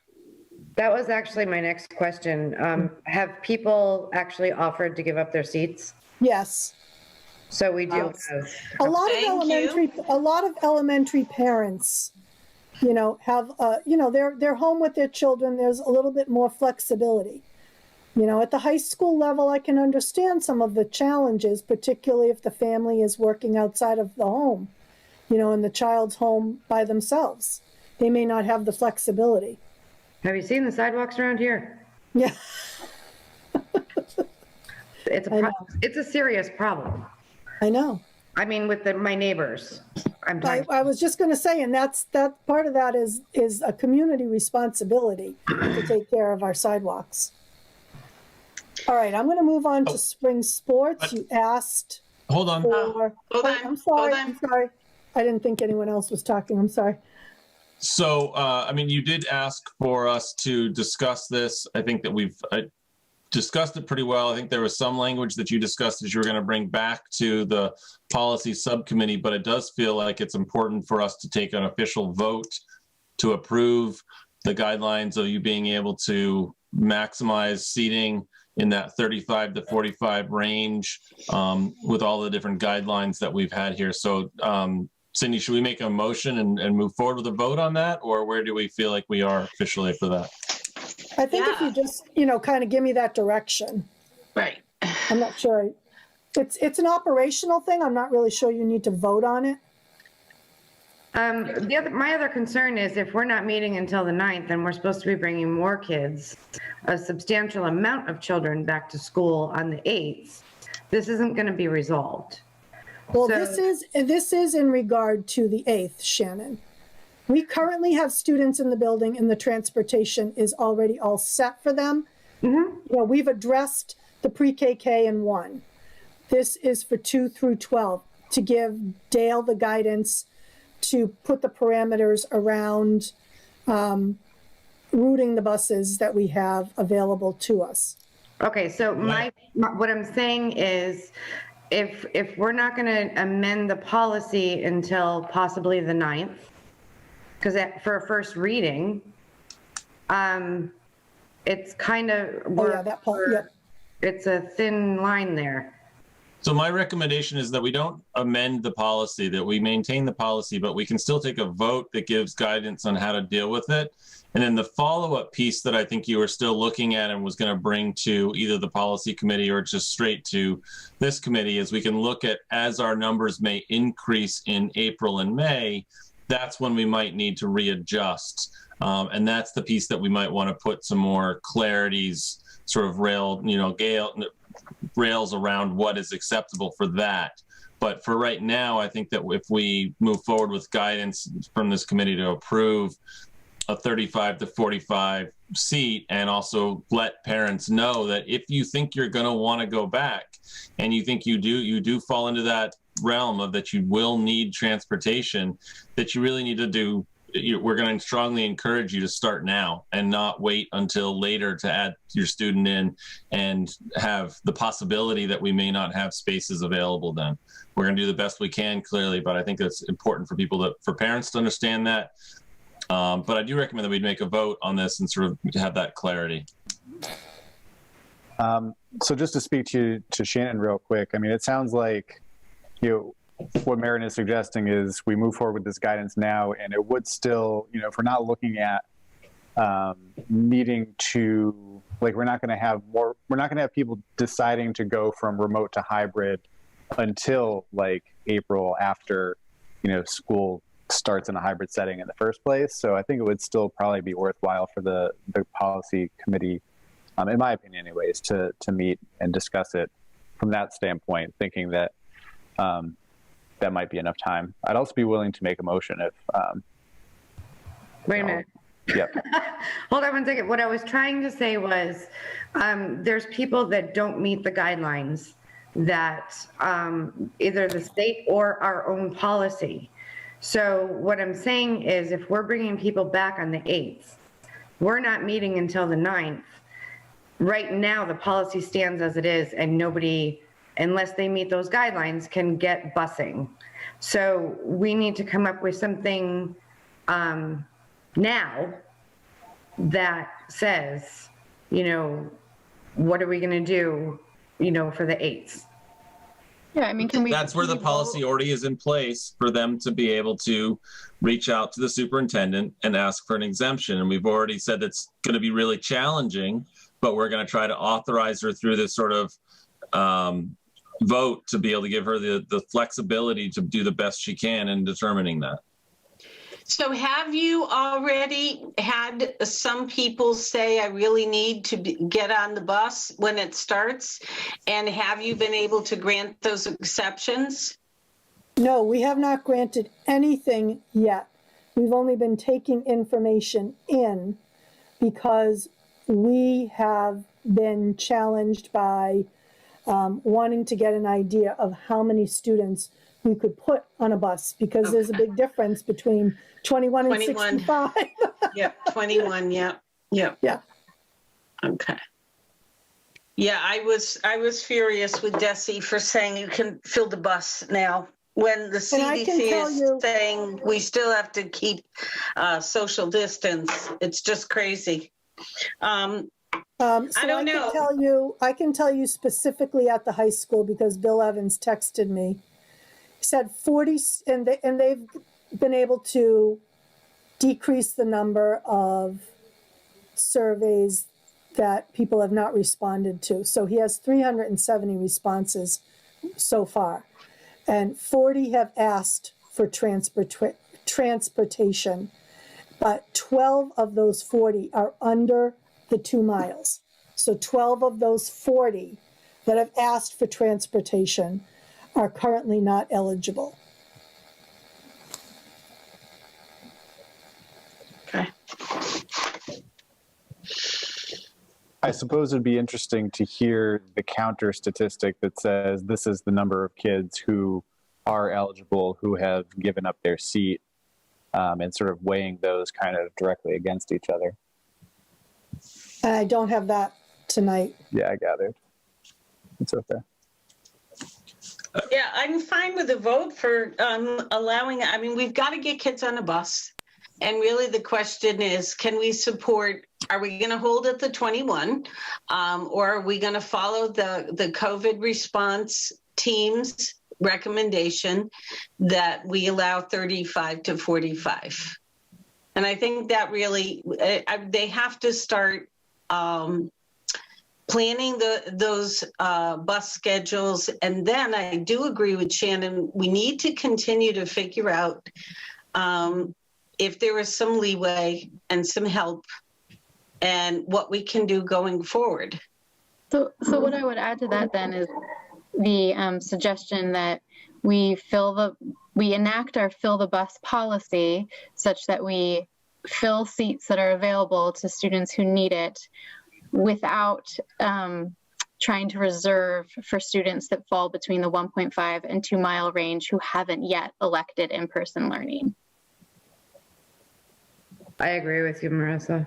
So we'll need to reserve for the potential of people beyond the 2 mile legal requirement, but otherwise needs-based first now. Yep, I agree. Yeah, makes sense. So do you want to make that motion, Marissa? Okay, I'll try. Jonathan usually does this.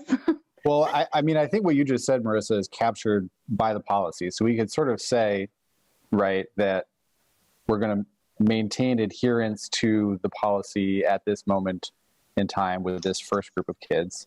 Yeah. And then the motion, I think, needs to capture sort of this additional kind of restriction that we're putting on, which is that we're doing less than the normal number of students on a bus.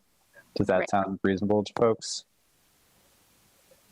And opening it up to students that are further or within the 1.5. That's what Marissa said. I think it's important to articulate that they can have an option to be on the bus. Even though that's captured in the policy currently. Yeah, I mean, the complicated part about our current policy is that we do it really incremental. So it's like only if we can offer to everyone who is at 1.25 miles. And I think we want to be a little bit more flexible than that in this scenario. Okay.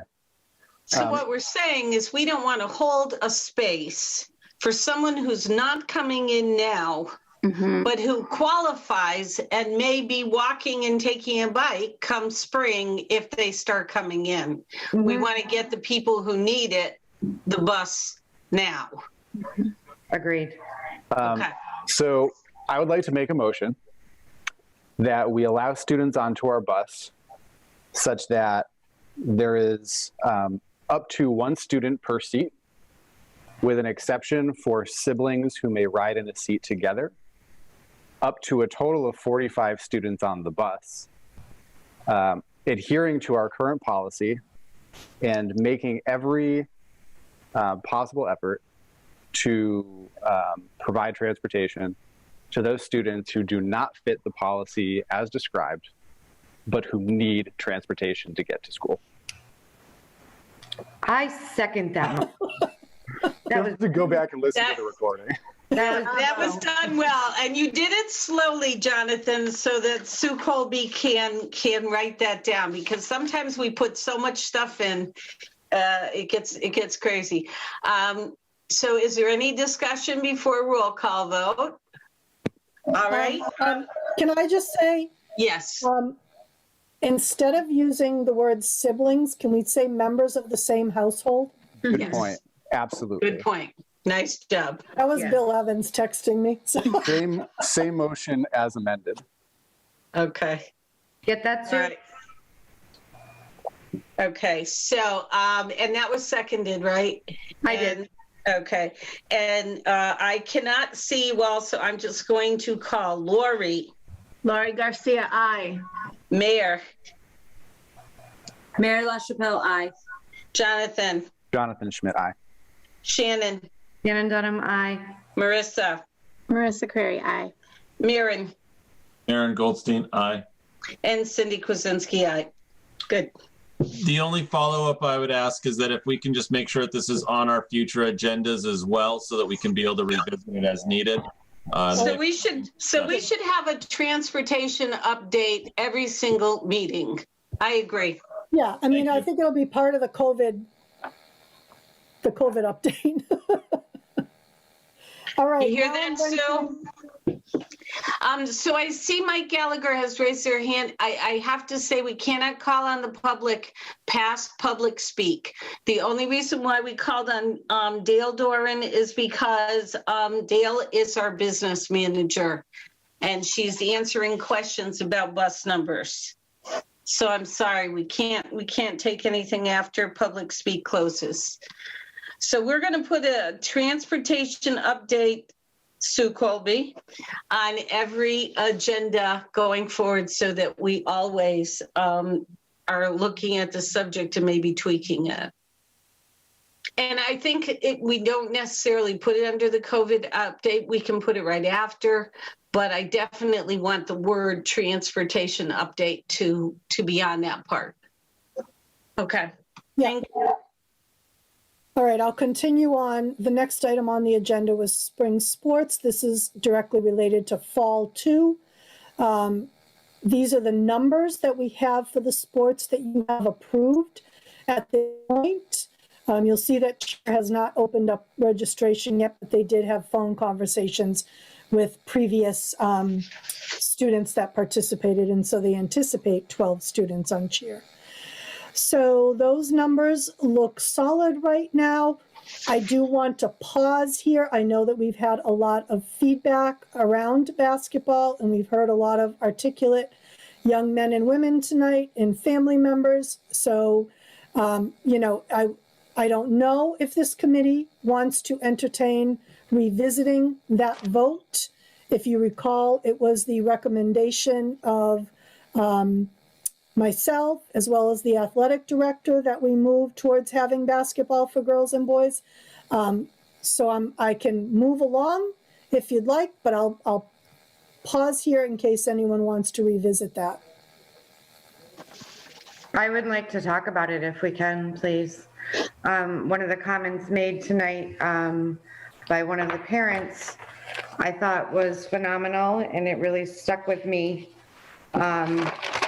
And it was, let's have a conversation about whether or not they can play, but how they can play. And I think it's really important for us to do that. We just voted to put 45 kids on a bus.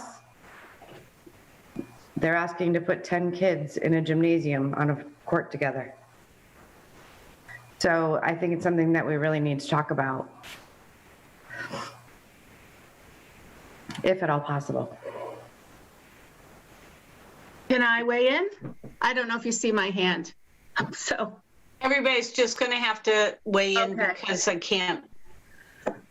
So I also would love to discuss this because as many of our young people in this community know, I took the time to answer you. I took the time to answer some of the parents.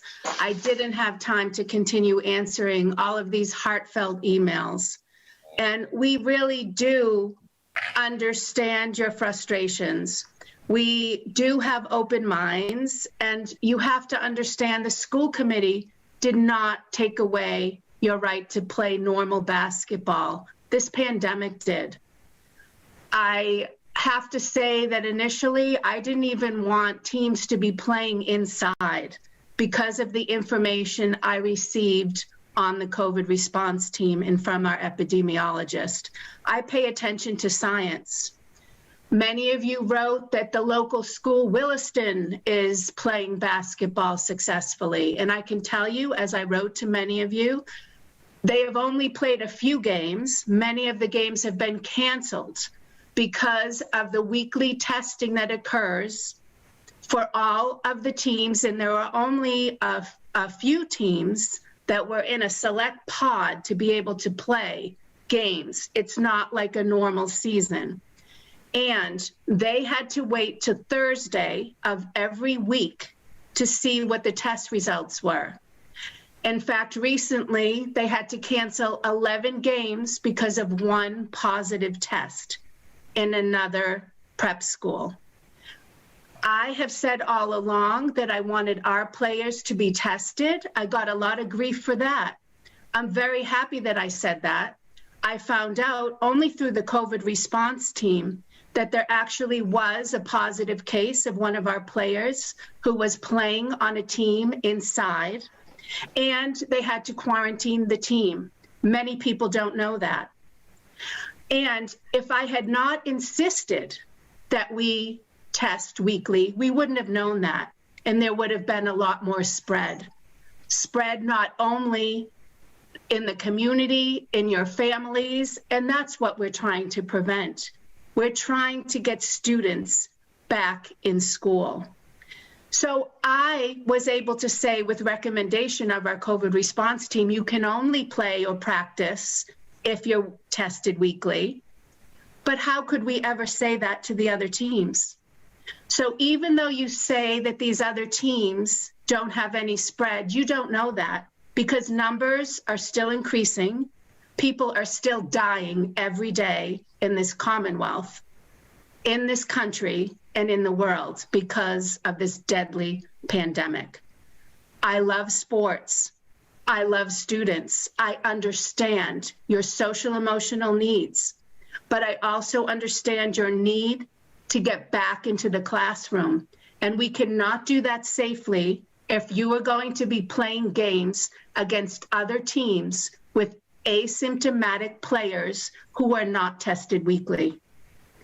And I would like to invite now Megan Harvey to make a statement, because she is our expert in this community. And we have said she is not just in the public, she is the expert on the COVID response team to be able to address some of the other concerns that have come to us as school committee members from people in our community, because we do read everything, we do care, and we listen. Megan, could you please address the community?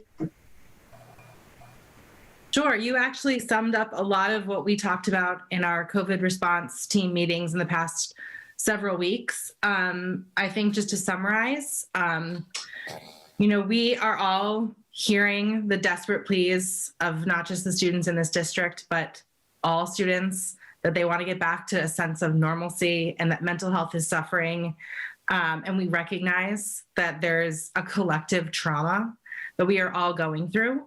And this is not to say that if you were able to play X, Y, or Z sport or X, Y, or Z extracurricular activity, that it wouldn't provide some mental health benefit. We understand that there's a balance that has to be selected, right? And thought about and balanced out. And the job of the COVID response team, or the task that was given, was to provide recommendations based on the evidence.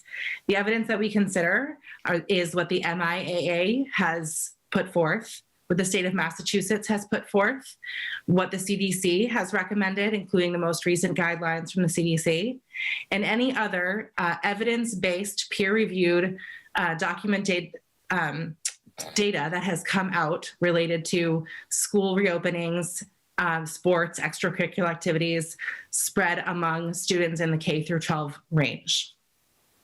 So with all that said, I mean, these were really anyone who's on the COVID response team. Lori did go over sort of our credentials earlier. I think there are some questions about who is providing this advice. Hopefully that was reassuring to hear that it's a group of people who have trained for a very long time. And I'm one of those people, but there are people on this group who are not present and speaking right now, who are experts in their field as well. Let's see, what else did I want to say? The CDC recommendation is that at the level of spread Easthampton is experiencing right now, that there are no extracurricular or sport athletic activities, that they are all virtual only.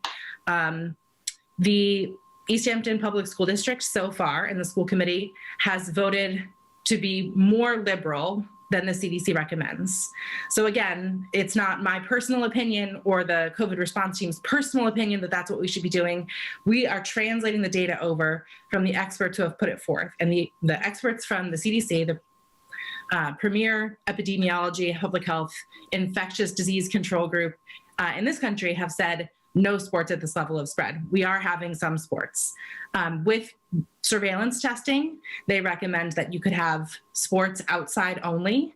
So that direct piece of information about indoor versus outdoor activity comes again from peer-reviewed evidence about what happens. And we could go into some of the nitty-gritty of like airflow inside versus outside. And I know it sort of seems like it should really be very similar if you're in a very large gymnasium with really good ventilation.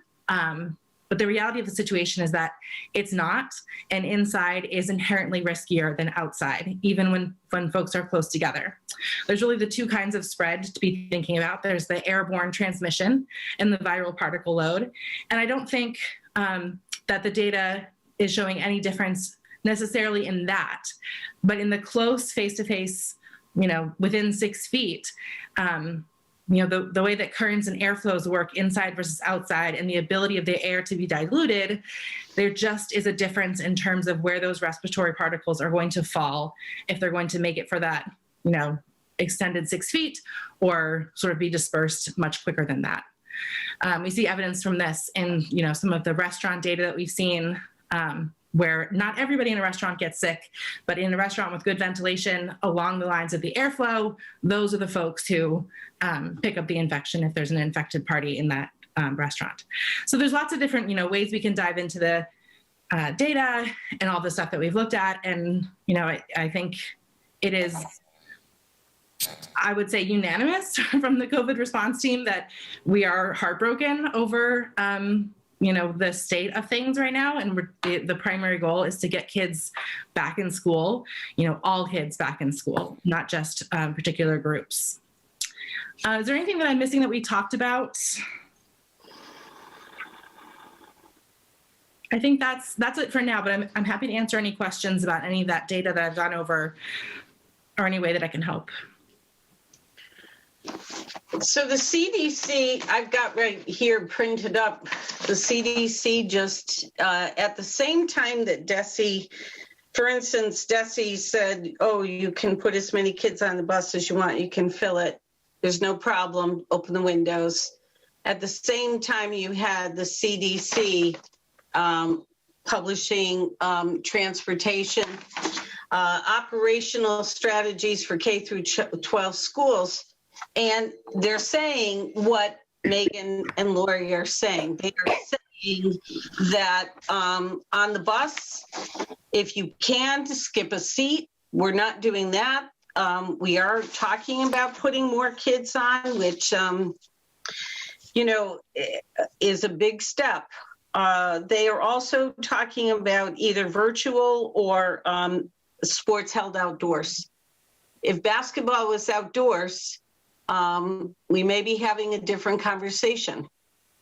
But the recommendation is for sports and extracurricular activities to occur outdoors while maintaining 6 feet.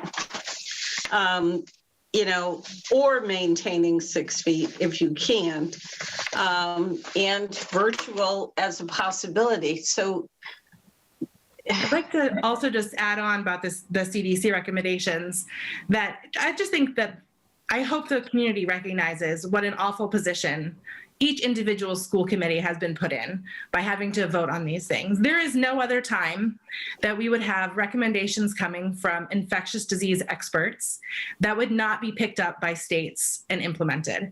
And in fact, what we are seeing after these new CDC guidelines have come out, that a number of states have very directly said they are not going to follow CDC recommendations, which is really a wild time for us to be living in. And so I hope that there's empathy also for the position the school committee and the administration are put in, dealing with, you have the state telling you one thing and perhaps mandating one thing, and science telling you another.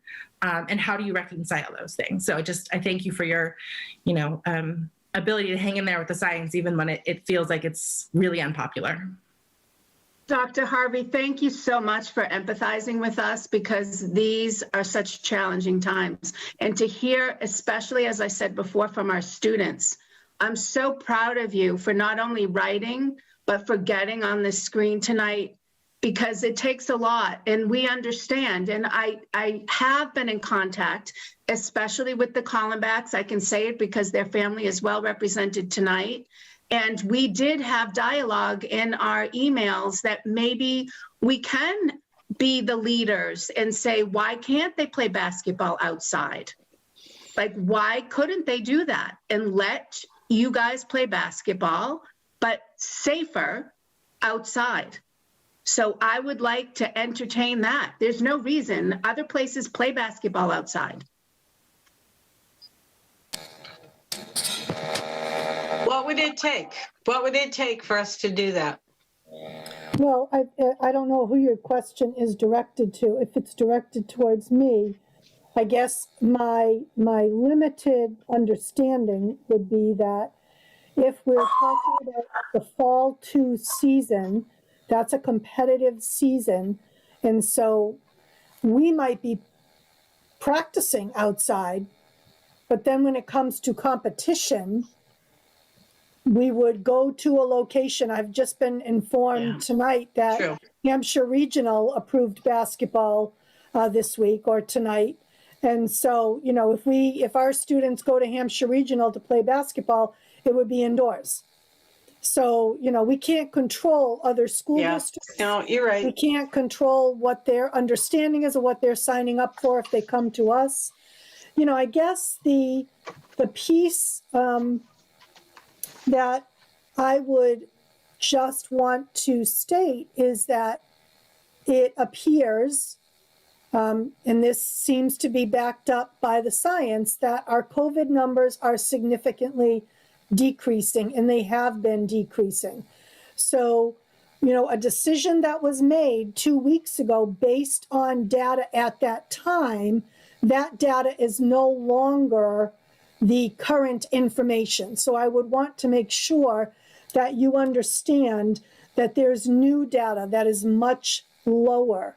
For example, I think the data that we had today from the city health department was, I think it was a 7-day average of about 8 cases per 100,000. It's extremely low. And I think this week we've only had, I'll say less than 5, because I don't know how much information I can give out, but significantly less than 5 in the city of Easthampton. So the numbers are very low.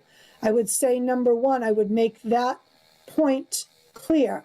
Number two, I would say that, you know, you are correct, and I think we've discussed this before, that if there was, I'm not going to confirm anything on a public meeting, but if there was a case that was confirmed on any of our teams because of an exposure that a student had due to their family, if we followed our mitigation practices and did the right thing and had our students quarantine, and there was no other spread, then we did what we were supposed to do.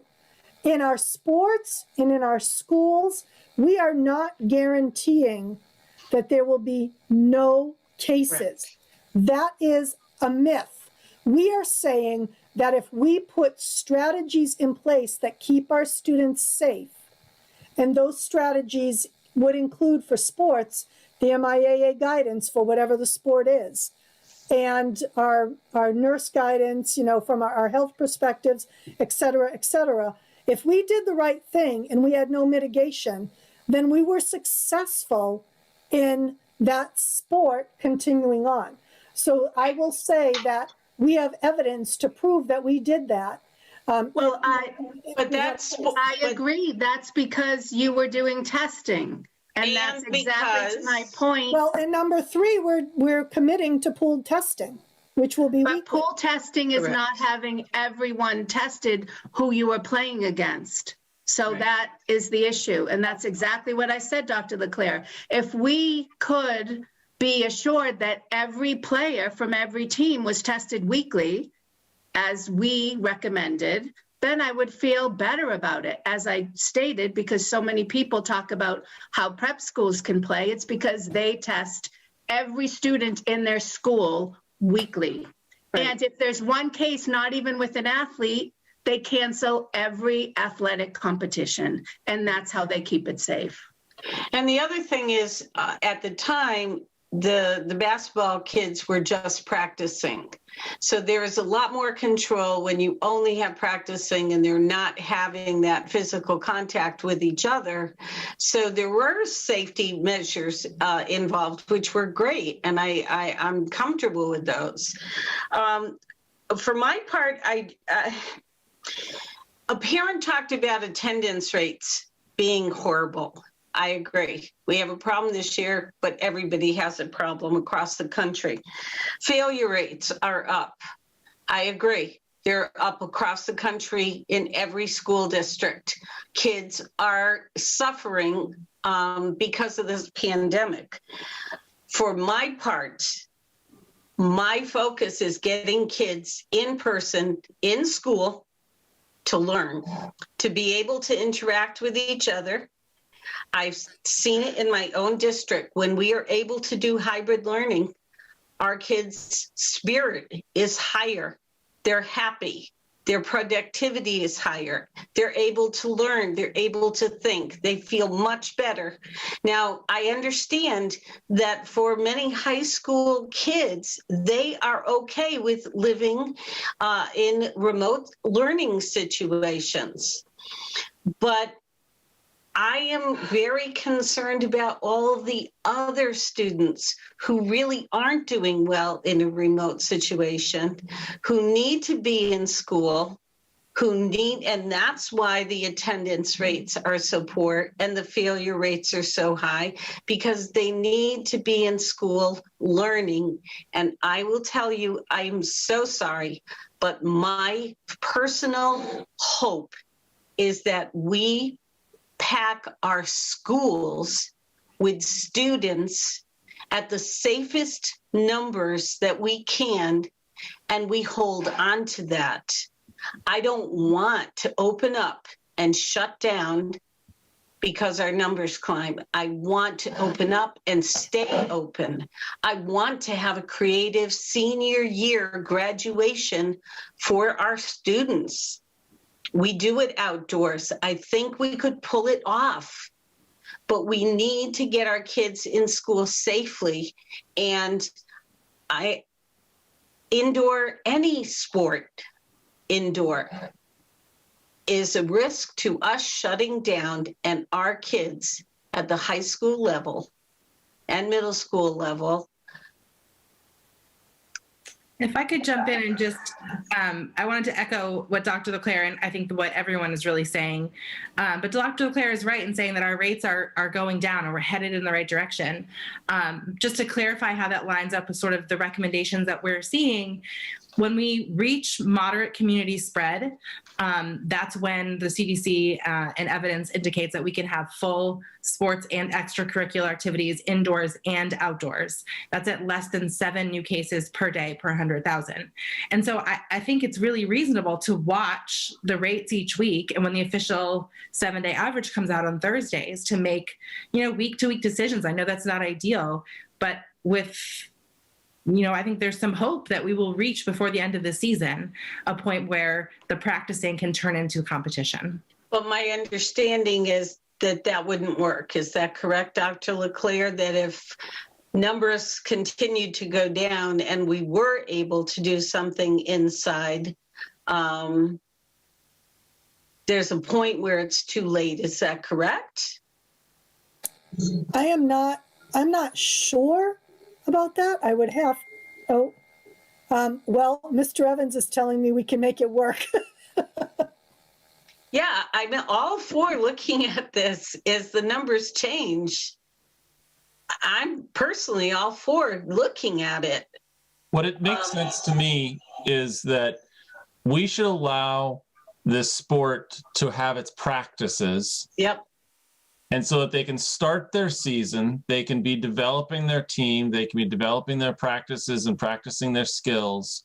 And then sort of along these lines, we can continue to look and at each meeting and say whether or not we're approving them to start to actually have competition. But at least this way, if we were able to put them forward to be able to come together and have practices, that would at least have them in that right trajectory. And so then they would be able to have some semblance of a season, even if worst case scenario is only practices for the season, they would still have teamwork and team practicing happening. Right. They have been but they're already practicing. They're practicing. They've already been practicing. That was a previous season. I did not believe that was going to be continuing this next season. These are different seasons. They can continue it into fall too. I think it would be their intention to do that. Right. That's not clear to me. That's when you have different sport seasons, the season ends and your sport ends. So it's not clear that they would continue into just having practices in the spring season right now, in the fall 2 season.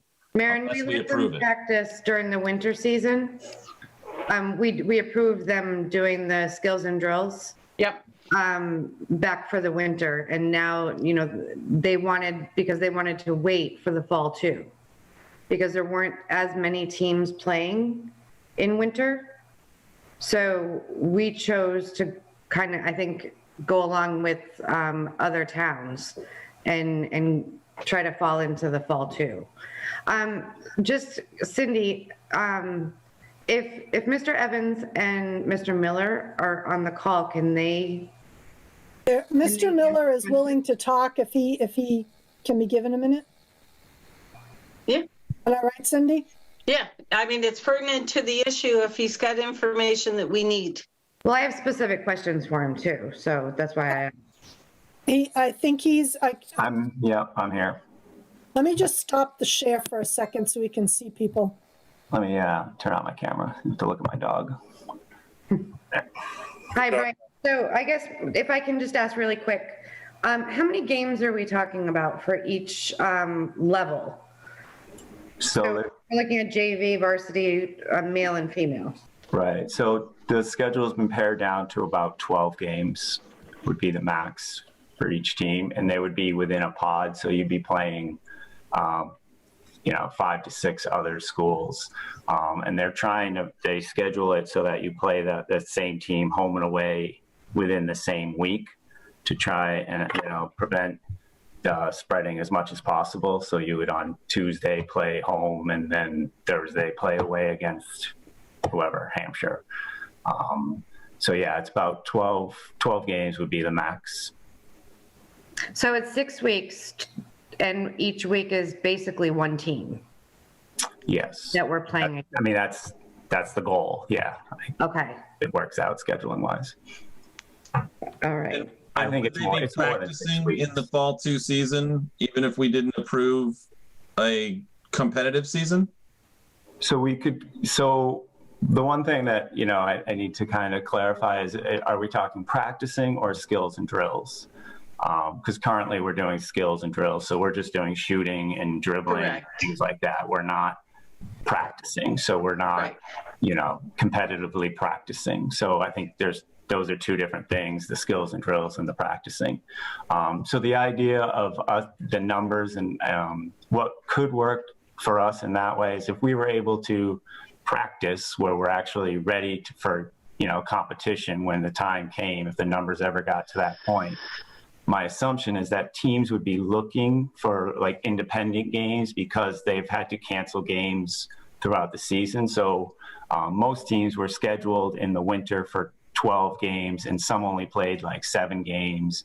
So potentially then I could start making phone calls and ask like, is anyone interested in playing us once our numbers get to that point? So we could, hold off as long as we can, as long as we were competitively ready. Right now we don't have any plays or anything because we've only been doing shooting and stuff like that. But if we were able to practice and be, ready for competition, and then if the numbers did go down, then I'm sure I would be able to pick up independent games. I don't think it would be fair to put us in the league with scheduled games and then just cancel until we were in the numbers. But I'm sure we could, get the word out to other schools and find games for us. Brian, just to clarify, this fall 2 season is set to start on March 1st? Monday. March 1st, when would, if all things were perfect, when would first games be scheduled for competition? First games could be scheduled March 11th. The March schedules 11th. haven't been set yet, but you have to have 10 practices. Conceivably we have a school committee meeting prior to that. So normally we play Hampshire first, right? We have I realize traditionally. it's not going to be at the cage, but Yeah, that's just normally we're not scheduled to play them, and then they send out an invitation for us to play them at the cage. So okay. So say the week of the 11th, we know on Thursday that you guys are playing Hampshire for that week. So we could look at the numbers on a Thursday and say, you know what, things look really good for both towns. Go for it. Whatever the number is, and I know it's lower now than it has been. So with Hampshire, that's really hard, Shannon, because it pulls in from so many different towns. Right. Brian, Yes. would it be possible, because this is a pandemic, I know that it's not a normal season, would it be possible once there's snow melt to try to organize outside games with other teams? Not in a competitive, like MIA, because the dimensions of the court and things like that aren't the same. Plus we don't have hoops outside right now. They've all been taken down in the park. But, potentially. Half court, isn't it? What's that? I'm sorry. They're only half court at Nonotuck, aren't they? No, there's 2 full courts there, but they don't have any rims on them.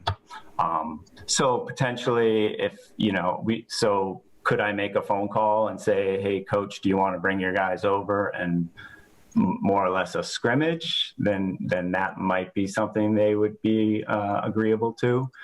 But as far as getting officials and things, that would never happen, no. But Brian, it's also something that, we, as I said, can be the leaders. And I know that this city is so distraught because we said yes to football and no to basketball games, but our neighbors next door, Northampton, said no to everything. And their football players have been, protesting at City Hall. So we do have open minds here, as you see by this dialogue that I want to create with you right now. So even like Northampton players that are so distraught because they're not allowed to do anything, couldn't you get on the phone with their athletic director and say, let's create an outdoor basketball game? We don't have to follow everything MIAA. And for our players that are concerned that they're not going to have an equal footing to get into college, nobody does right now. Games are being canceled left and right in public schools and in prep schools, and recruiters know that. So we have to make it work for these kids to be able to play, and we have to think outside of the box. So it sounded like Bill was saying to Dr. LeClaire by text that, let's say the season starts March 1st and the first game is March 11th. They could miss even 3 games. Let's say they miss 3 weeks of games. They would have 3 weeks if the numbers were down, or 4 weeks, depending on how quickly our numbers come down. They could have 3 or 4 weeks of games. We would just be starting when our numbers go down, to talk about what Megan was suggesting.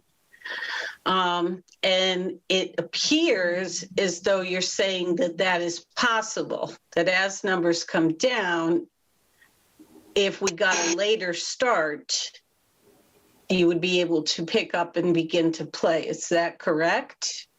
Yeah, I wouldn't want to put us in the schedule, like in the league, because then if numbers didn't come down, then other schools would be losing that opportunity. I don't know the numbers exactly. I don't know how close we are or what the likelihood is of us getting into that range anytime soon. But yeah, more like the independent, where when the numbers got to that point, then I think I could find us competition. Okay. Well, if we had this Thursday to look at and next Thursday to look at, and if I could confer with Megan on those dates, even via email, to get her advice to see where we are, we might be able to tell Brian it's a go if this committee agrees on, say, Friday, the 5th or so. If we're anywhere near it. If we're not, we're not. And then Brian will have to kind of bow out, and just do pickup games maybe. Are you willing to let them practice competitively? Is the other question. I am, but that's up to you. That's up to all of you. Maybe we need to take this as sort of a step-by-step sort of piece in terms of how to make a decision here. So first off, it seems like the first piece to this is whether or not we want to allow our basketball players, girls and boys, to be able to practice competitively, practice scrimmaging, practice with drills, all those different pieces, and to be able to start developing those skills. If we agree to that, then we can take it to the next level and try to figure out how we might be able to either play in independently, or if our numbers are matching, being able to try to enter into the league. So if it makes sense, should we start there with at least the first vote on whether or not we want to approve basketball players to be able to have competitive practice? With the caveat that they're tested weekly, every single player. And we can use the pool testing. Do we know the pool testing, when that will begin, and if we're only doing it? Targeting the week of March 8th for the first test. Okay, and for 3 weeks, is that what we had said? No, we're going to be doing it for longer than 3 weeks. Okay. So we're going to do it for the season, Allison? Yes. So then I would like to make a motion that we allow our boys and girls basketball players to be able to practice competitively with the use of pool testing to allow them to be able to practice and develop the opportunity for them to be able to join into games at a future date. Or yeah, take the LSPs off, but. I second that. Any more discussion? Okay, Lori? Yes. Mayor LaChapelle? You're muted. Yes. Jonathan? Jonathan Schmidt, aye. Shannon? Shannon Dunham, aye. Marissa? Marissa Crary, aye. Maren? Maren Goldstein, aye. And Cindy Kuzensky, aye. So then the second piece of this would be to, what is the specific number, Dr. Claire and Megan, that you are saying we need to reach as a community in order for us to feel like we've reached that level of that sort of tier that's being recommended? I believe that's the CDC recommendation. What's the tier number there? Megan, is that 7 per 100,000? It is, but the COVID response team has not, that would be just like, I would hate to put forth that it was a COVID response team recommendation when it's just me saying what the CDC said. And I think the thing to keep in mind there is if you're talking about competition, what weight, like we got into a little bit of a mess last time with what's the city weighting of the 7-day city average and the 7-day county average, which will make even more of a difference when we're talking about competition. So there's a couple of different like components there. The CDC, yes, the short answer to your question is the CDC would say under 7 per 100,000. Could we figure out a way to, if our numbers are a certain number and we're a go, only play, is there any flexibility where we only play a city, a team that is also at a fairly reasonable number? That's what I was talking about. In other words, you don't want to play a bright red city, but one where the numbers are also going down is a much safer, and I would do no spectators, absolutely. Well, all the rules are written down, Cindy, and the only one that I had asked Brian and Bill about was the playing with red teams. There is a catch there in that Southampton is red because they have, their population is so low. Mm-hmm. So I don't know what the percentage rates are in Southampton, but they're in the red. So, does that wipe out Hampshire? Right now, based on what you're saying, yes. Yeah. So if we're looking. But I would point out that. And whose version of red, right? The state's version of red, the CDC's version of red, it's the Thursday numbers they put out. They've been red for like 2 months. Yeah. That's state level. No, Southampton is definitely red.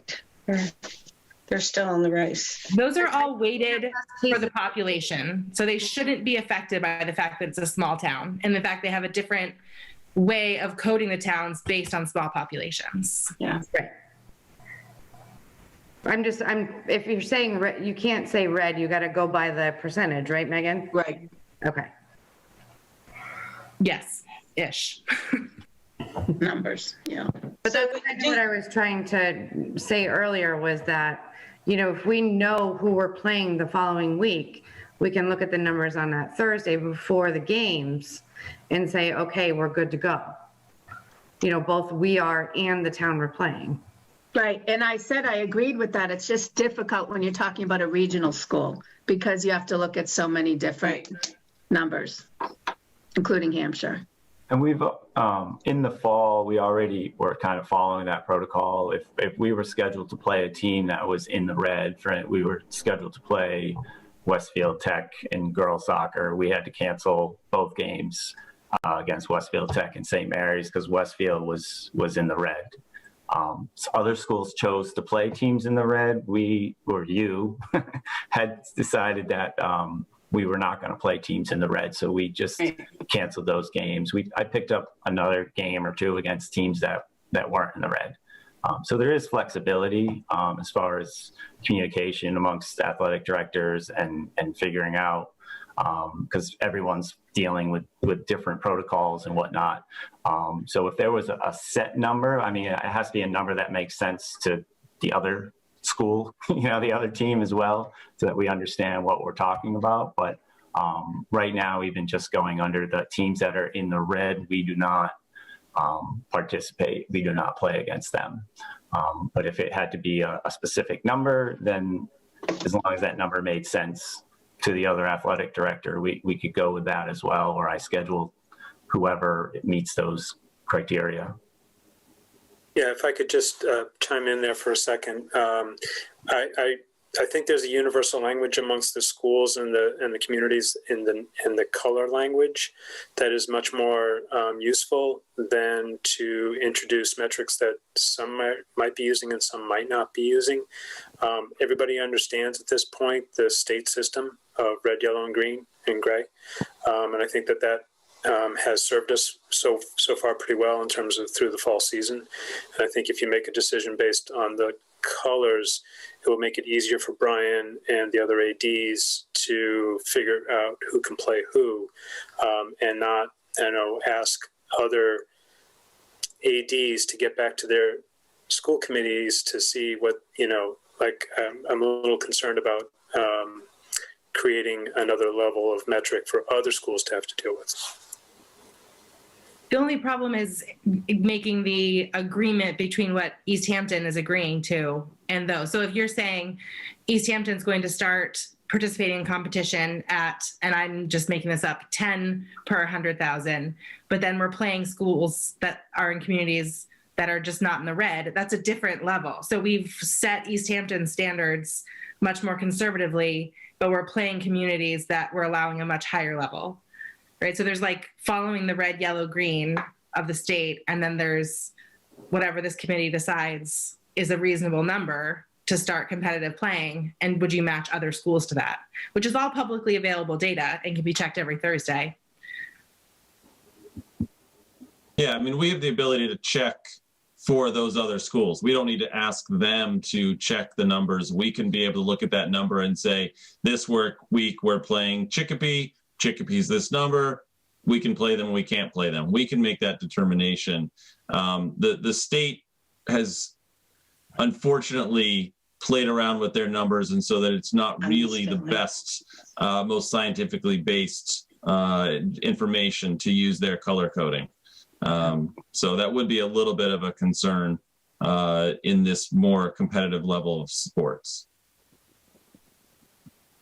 I guess, I would agree with Merritt on that statement. I think if I were to vote in favor of this, it would absolutely have to be looking at the CDC's new guidance, specifically as it relates to indoor sports. I've been, I think, consistently I've expressed a lot of trepidation around contact sports up to this point, and I anticipate maintaining that. And I would just, take this moment, because I haven't really spoken up to this point, to say that, I certainly hear and empathize with a desire to return to a sense of normalcy and to use these positive trends as a sort of reason to push ourselves in that direction. And yet the positive trends are indicative of the fact that we're doing the right things.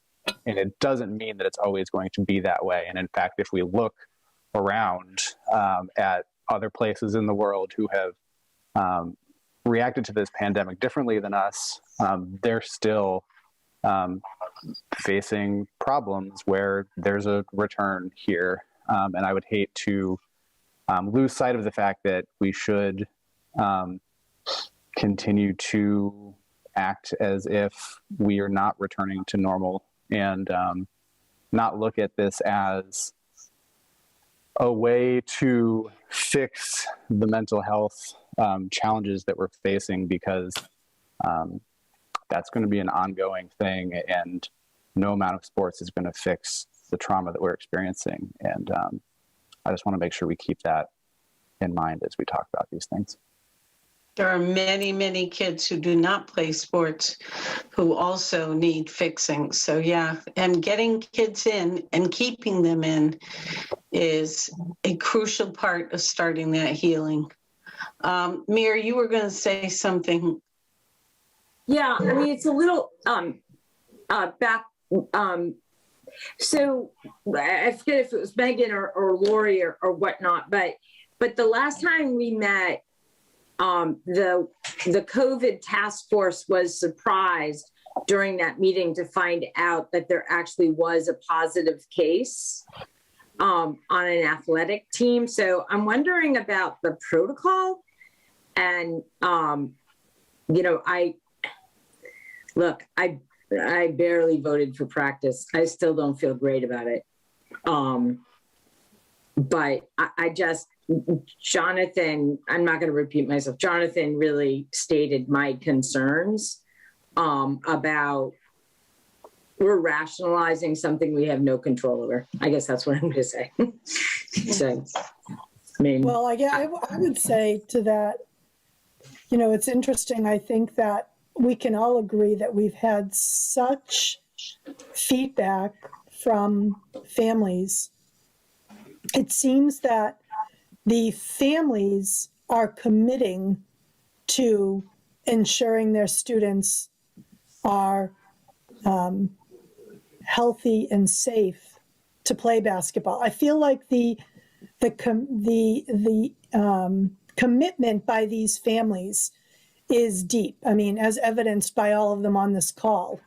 And the students and the families, I think, are committed to doing the right thing as far as playing games. And what I will say to the mayor's point, I did meet with as we're beginning to return to school, I did meet with the nursing department with my RNs last week, and we did talk about the procedures for informing this committee. I won't come out in a public forum and discuss cases because of HIPAA regulations, but I will commit to sending a communication to this committee and to families in the community when we have positive cases in our schools, because I think that's important to be transparent about that information. But I won't articulate if it's, actually in a specific person's classroom or whatever. That's for the contact tracers to reach out to the people in that classroom. So just as a general point of information, that's how we'll proceed with information. And my sense is that the school committee should know, but also immediately the COVID response team needs to know. Yeah. Immediately, no delay, because the COVID response team is going to be able to talk and ask questions and then make recommendations for the school committee. We can't be working in the dark. We have to know what's going on. I can just make a statement following all of that. I understand that there was, a case found based on the testing that Lori required, or that we required, but Lori insisted on. But the way that it was mitigated and the way that it was contained and the way that it did not spread, there was no transmission, that has to say something for what our schools are doing. Yeah. And I applaud that. Yes, that's what I said. Absolutely. Yes, no, and I'm agreeing. That's what I'm just reiterating, because it's so important. And I'm a parent of a graduate of 2019. I was fortunate that my daughter graduated before all this crap happened. But I got to know a lot of these kids and families that are begging to get back on the court. And I don't know if any of you, other than, Mr. Evans and Mr. Miller, have been to a game. You ever been to a basketball game at EHS? Yes. Mm-hmm. Yes. Many. It's a family. And these kids are missing their brothers and sisters. You know what I'm saying? And I understand that it's tough and it's hard, but we're talking about 55 kids, give or take a few. I think that was our original number for registered students. But these are the kids that are not going to want to get up and go to school, that are not going to want to go if we don't let them play with stricter guidelines. So those are also things that we need to think about. Mira? Yeah, in response to that, I will be brutal. One, I'll roll back a little bit. I mean, the passion and the level of well-spoken concerns and wishes by parents and students is not lost on me. Mm-hmm. It's so impressive and has made an impact on my mind. That said, we are in a dire state. And I'll tell you, if those kids get a choice to go to school or not, I'm okay with that, because that means they're alive. And that means their grandparents are alive. There was a wedding of 57 people in Maine.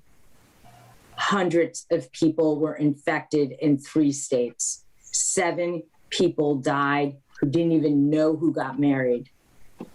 To say that we have had 1 positive case and no transmission, honestly, is delusional, because we have no idea at all. Like, we're rationalizing. And if I could take my vote back right now about practicing, I would. And it is horrible. And the trauma is real for these kids, because they know what they can do and they see in front of them what they can do to make them to feel better, and to celebrate, basketball seasons, sports seasons and graduation and those traditions, which I have gone to, the volleyball games, the basketball games. I mean, they are. It's hard not to sit there and feel a part of a family. I just want to be able to sit there again with as many people as possible who are alive. Mm-hmm. And another delusional fact, if you think we're not going to lose somebody who would go to that game if we haven't already, that's delusional.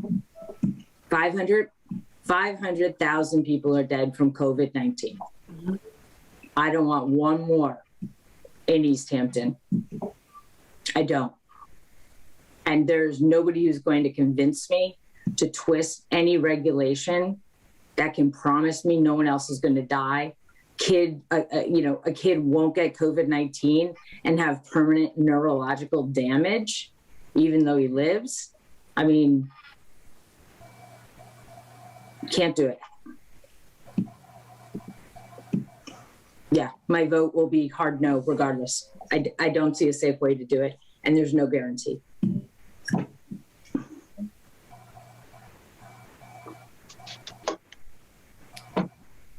If I can speak to support one thing that Mayor LaChapelle just said, and Dr. LeClaire and Lori will vouch for the fact that I say this, I don't know, what do you guys say, like 6-7 times a meeting? Whenever we talk about the data that shows there's no spread from these cases, I jump in, I say, we do not know that. We do not know that. We do not surveillance test in this country. And we point to other countries that have been able to stay open and how they're making it work. And we have a very different approach to surveillance testing in the US, and it's a sad fact. Yeah. We've been failed at the highest level here, not at the school committee level or the admin level. Right. I would just point out, for clarifying though, that, and again, I don't want to get into specifics, but if we had a student that tested positive in a team or a class had to quarantine, be assured that that team would need to all get tested. So even though surveillance testing is not part of the community norm per se, we have those guidelines within our teams. And that's a practice that we have in place. And how lucky would we be if we actually know if someone's positive? We're basing it on luck. That somebody got tested at the right time. Maybe they didn't catch the virus deep in the nasal cavity. I mean, that's true, but you know, if we're implementing pooled testing now, we should be able to catch some of that. Some. Yeah. So I don't mean to minimize the risk. I just want to toss out, there is risk in opening your schools. There's risk in putting kids on a bus. There's risk in everything we're going to do. The job that we have is to look at the risk and try to minimize the risk while maximizing the benefit. That's really our mission, because there is no way unless we all stay remote and we never go into school until everybody's perfect. There is going to be risk putting kids on a bus. That's why I'm agonizing every time we make an adjustment, every time we're, increasing busing. That's a risk. We're going to have to be careful. We're going to have to watch. I do think we have an incredible COVID response team. And if they are made aware and they're able to monitor, I think that the procedures, I've seen them work. So I think we have some great strategies for minimizing risk. So I think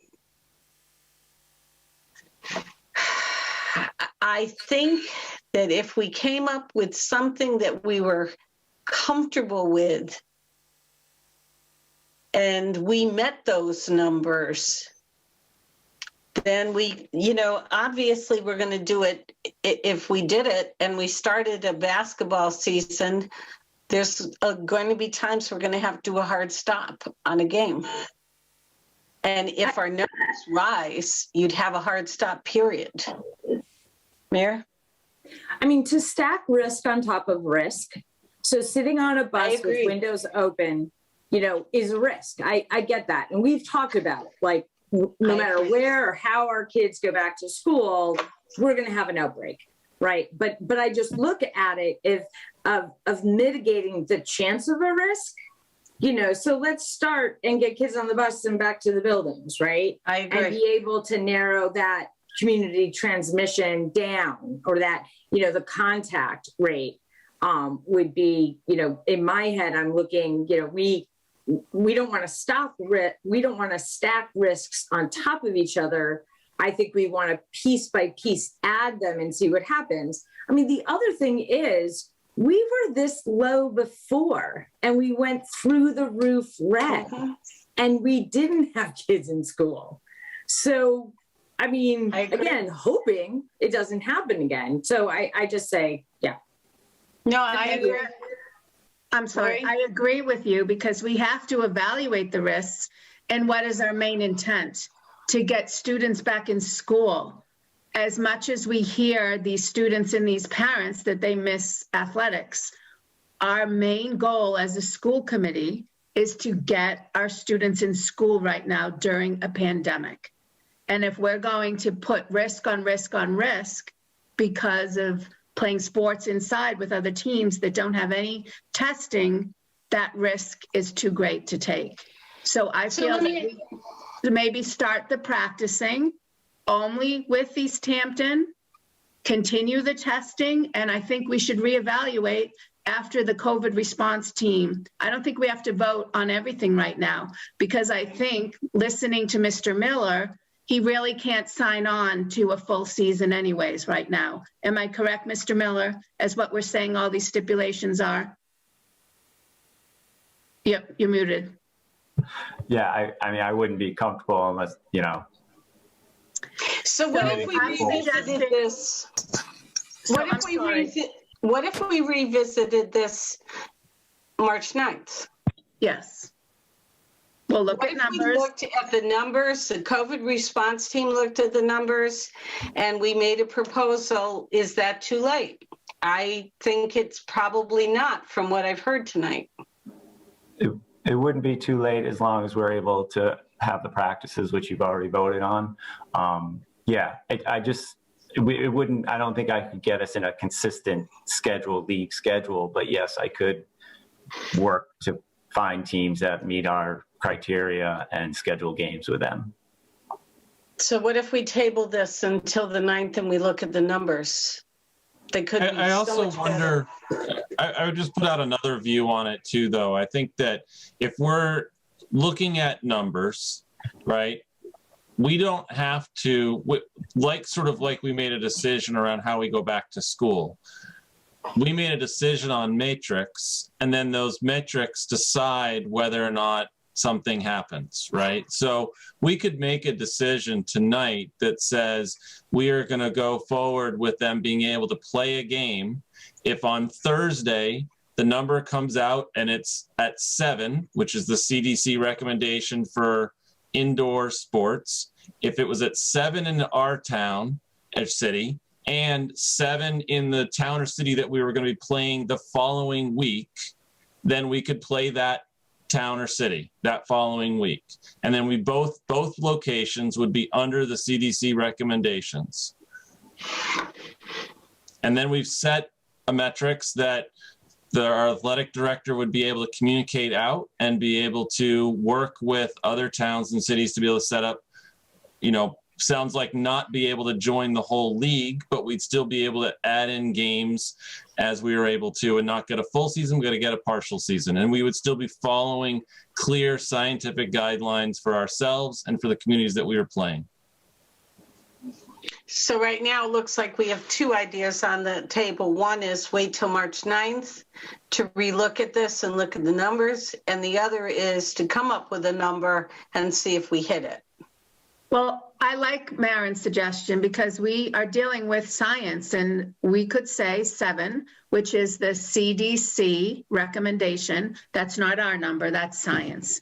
And that's what I always bring to this committee, science, not opinion, it's scientific fact. So 7 is a number that we could deal with in our community. And if it's a regional school, it would have to be every town involved with that regional school.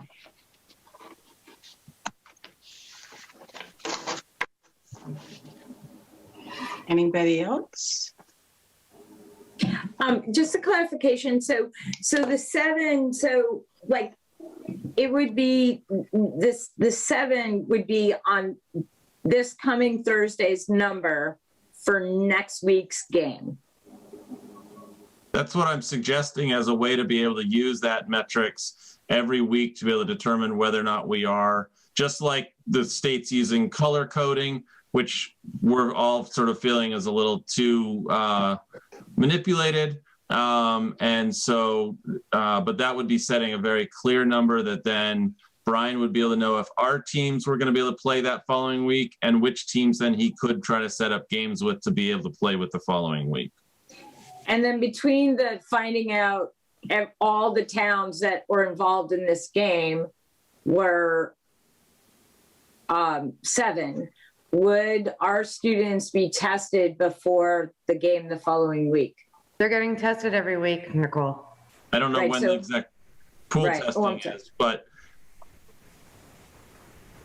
well, they're going to get routinely tested every week. We're targeting every Tuesday. And they get the results by Thursday. Oh, that'd be interesting. So we would have the results, the numbers and everything on a Thursday, and Brian would know by Friday it's a go for next week or not. Yeah, so it'd be lining up pool testing for that week and the numbers coming out from the state for our local city and the competitor team. I mean, when I get my if things fluctuate, of course, we all have to recognize that you'll get, anybody can still contract something afterwards. Things will still happen, but that's been our entire life for the last year has been always sort of fluctuating, and we're using the best science that we have at the time to make a decision. This way, we're using a scientific guideline, setting a very clear line that's recognized, and allowing our team and our athletic director then be able to be flexible to attempt to try to get some competitive games in, but only within those safety guidelines. Yeah, I mean, the safety guidelines, my issue there are the safety guidelines that we're using are definitely science, but they're point in time. And every day, every week when I get my COVID test back, the first thing it says is this indicates that you do not have the SARS-19, whatever, the COVID-19 virus at the exact point in time you are tested. Correct. And in fact, and I just say, I'll go back again, we're trying to get kids back in school. We're trying to get back to some new normal. But we're using those exact same numbers to determine whether or not they're in school. So if we want to say, oh, point in time is good enough for being in school, but point of time isn't good enough for sports, then we're actually changing the dynamic that we're actually using. We're using those same point in time number reflections to determine whether or not our kids are actually in school or not. So we have to use the exact same guideline for everything else. So what about the other point of science around aerosol? Are you going to tell me that kids who are playing basketball are less likely or at the same level likely to transmit infection? I see very few, when I was a teacher so long ago, very few kids sweat and spray sweat and bodily fluids to another child in a classroom compared to what happens on a basketball game or even a football game. I mean, the pick and choose of what the science is, there are many variables. But that's why we're saying our kids can be in school at 30, because the amount of likelihood of being able to transmit is still very low, and the risk mitigation there is low enough that we're comfortable to have a level of 30 and have kids in school. We're talking about a level of 7 to be able to play basketball. So we're not taking the same numbers and saying, oh, it's the same situation. We're saying that we're having a much more stricter number to look at to be able to then have these students be able to play basketball. Yeah, I mean, seven kids who are sweating, I've got to think the multiplier on that is maybe as high as 30. Like you're sweating, you're sticky. It's in our community, though. Yeah, I mean, not 7 of those kids who are sick. Yeah, Maren, if I could just finish my sentence. Are the kids wearing N95s? Are they double masking? Are they not going to sweat? I mean, 7 kids, 2 kids, when you're sweating, I mean, there's a reason why gyms were closed. And only 1 or 2 people could be in that gym, and we still had spread of infection. Aren't they open now? They are now, but to limited numbers. And again, you're on a gym, you're on an elliptical with nobody around you, and we're talking about 7 kids who are playing games with another 7 kids. So it's 14 kids? It's not how basketball works. It's 5 on 5. But so the 7 number is about how many people in our entire community are showing up positive at that moment. It has nothing to do with how many kids are playing on the courts. It's 5 on 5, and whether or not we're having 7 in our whole community. Lori and science is recommended. No difference for me. I appreciate all of this, and because I'm listening to all these numbers all the time by the scientists, and so 7, to be honest with you, Mayor, is going to be a very hard number to achieve, and I want everybody on this call to realize that. So we have a goal, but that goal is also, as I have said so many times, it's driven by the community. It's driven by how people are acting. It's driven by people unmasking and eating together. So if you want to get to that 7, you really have to change your lifestyle. So many of you are still doing things you shouldn't do. So there's a huge difference of 30 going to school and seeing 7 obtained, which would be a dream, to be honest with you. So Try for it, Easthampton. Jonathan?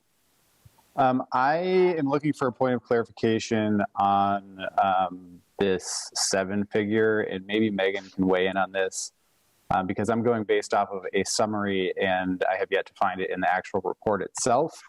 But according to the summary here, we're saying 1 to 7 new cases per day per 100,000 would come with it a recommendation of full sports and extracurricular activities, indoors, outdoors, with 6 feet distance required. And I can't help but wonder if really when we're talking about contact sports, if we're not actually looking at the low category, which is 0 to 1 new cases per day. Because that's what I'm looking at in terms of, no longer requiring that 6-foot distance. And again, I know that we allowed football and that's less than 6 feet. I didn't vote for that. And I just want some clarification as we talk about this 7 number. That's a really good question. And they don't specifically say, this is one of the times where they leave things a little bit vague. My understanding after reading through it several times is that they're referring to everything that's not play. So coach would be 6 feet from player 1, would be 6 feet from player 2 who are on the bench.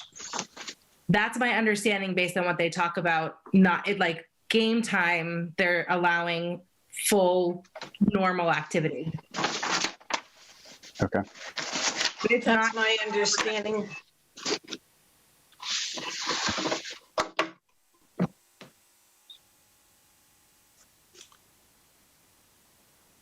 I think they're saying that because if I can echo what Lori said, less than 7 cases per 100,000 population per day is really low.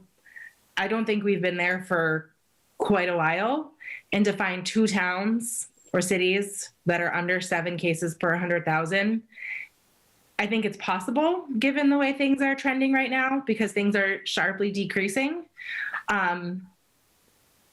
But it's a number we haven't seen in a while. And I think that's why the CDC picked it. I think they're keeping in mind, we could probably have a whole other school committee meeting dissecting what the heck the CDC means here, but I think they're keeping in mind things like how close contact happens, what celebrations are like, and what potential the variants have for coming back and how quickly. I think that's why they picked such a low number.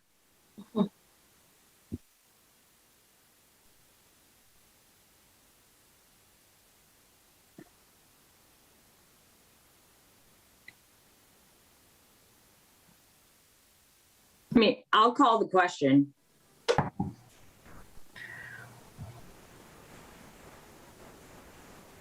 What? Call the question. It's not a matter of a vote,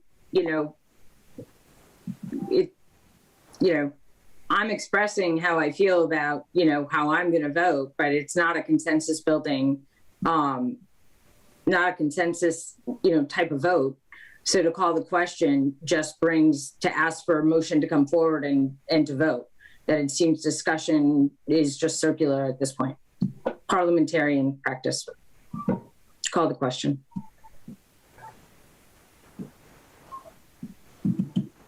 So then I would make a motion that we allow for Easthampton High School's basketball teams to be able to play competitive teams, other teams, if our city is at 7 or below and the competitor is also at 7 or below. And that would be determined each Thursday. We would also know our test results for that week would also be coming back, it sounds like, on that Thursday. And then we would be able to make a determine and make calls to be able to who else would be able to play that following week. I'll second that. You would need to add in that it's 7 per 100,000. Correct, Okay. 7 per 100,000. Based on the CDC guidelines. At the city level, or else we'll wonder if we're talking about city or... At the city level. So can we say that again? Because we do this to Sue all the time. Could we just put all those pieces right back in again one last time?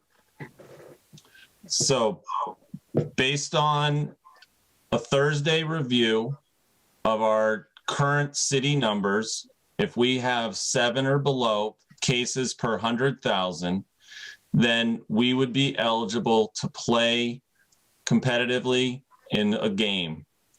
We would then look at who else in the area has the 7 or below, and if they are available to be able to play, then Brian can set up a basketball game for our teams to competitively play that city or town. Do I have to second that again? Good, thank you. Any other discussion? Okay, Lori. Lori Garcia, yes. So all of you people out there, you know we have an open mind. Yes. Mayor LaChapelle? No. Jonathan? Jonathan Schmidt, no. Shannon? Shannon Dunham, yes. Marissa? Marissa Curry, yes. Maren? Maren Goldstein, yes. Okay, we've got it anyway, but for the record, I'm going to say yes because I think that's a reasonable number. And if Now you guys better send me the Zoom links to the live feed of these games, since we can't go. Thanks, Meg. One thing we didn't put in there is no spectators. It's already in the rules, Cindy. Okay. I just want to make sure, because the last time we had parents say, "Oh, we need to come," and this is a big leap for us. And I will tell you, I have no problem pushing to shut everything down if it's going to ruin our ability to educate our kids. The kids and the parents are dedicated to making sure that the rules are followed and that they're following all the protocols. Well, all I would ask of families, because I believe that, and I would just ask that they take a step further and remain, assuming we even get to this point, but remain the utmost cautious in their home lives. And it's not just being careful on the court and following those protocols, of course. Thanks for saying that, Jonathan, because I really think that maybe it is motivation for people to be more careful, because we know that people aren't careful enough. So that is why I voted yes, because if it drives this community spread down with a yearning to be able to play basketball, then do it. And I know, and the teenagers out there, listen to me, I've taught you for 30 years, you are one of the main causes of this spread. You are asymptomatic, you are getting together with your friends, and you are taking it home to your families. So stop it. Wear a mask and stay 6 feet. Thank you. Wow. No, I agree. Thank you, Lori. I tell my students every single week in almost every single class the exact same thing. We take a minute or two to talk about what it takes to keep school open and how little it takes to shut it down. And we're just putting that in your morning announcements, okay? We do. No, I said Bill does. Hopefully they will. I hope he does. The more kids hear and they realize what's at stake, I mean, hopefully people will use their heads. Okay. Okay.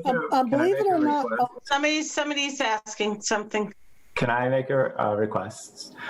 Could I meet with Meg? You guys threw a lot of numbers at me and stuff that I'm responsible for, and I want to make sure that I've got a perfect understanding of it. So is there Megan or whoever? Brian, I'll set something up. Okay. I'll set something up with us. I'll reach out to Megan tomorrow and set something up. All right. Thank you. Yep. All right, everybody, I'm going to go back to sharing my screen because I do have just a few more slides. And Megan, thank you. Thank you, Megan. You do this all the time for free. I thank you so much. this community is so lucky to have Megan Harvey here. So Yep. I've said it a million times, and I won't stop saying it. I'll even say it after the pandemic. Thank you, Megan. Okay, so I think the only big thing that I have left is pooled testing, and I just want to talk a little bit about it because we've discussed it a little bit tonight. And then we have a resolution. Yes. So pooled testing involves mixing roughly 10 to 15 samples in a batch or a pool.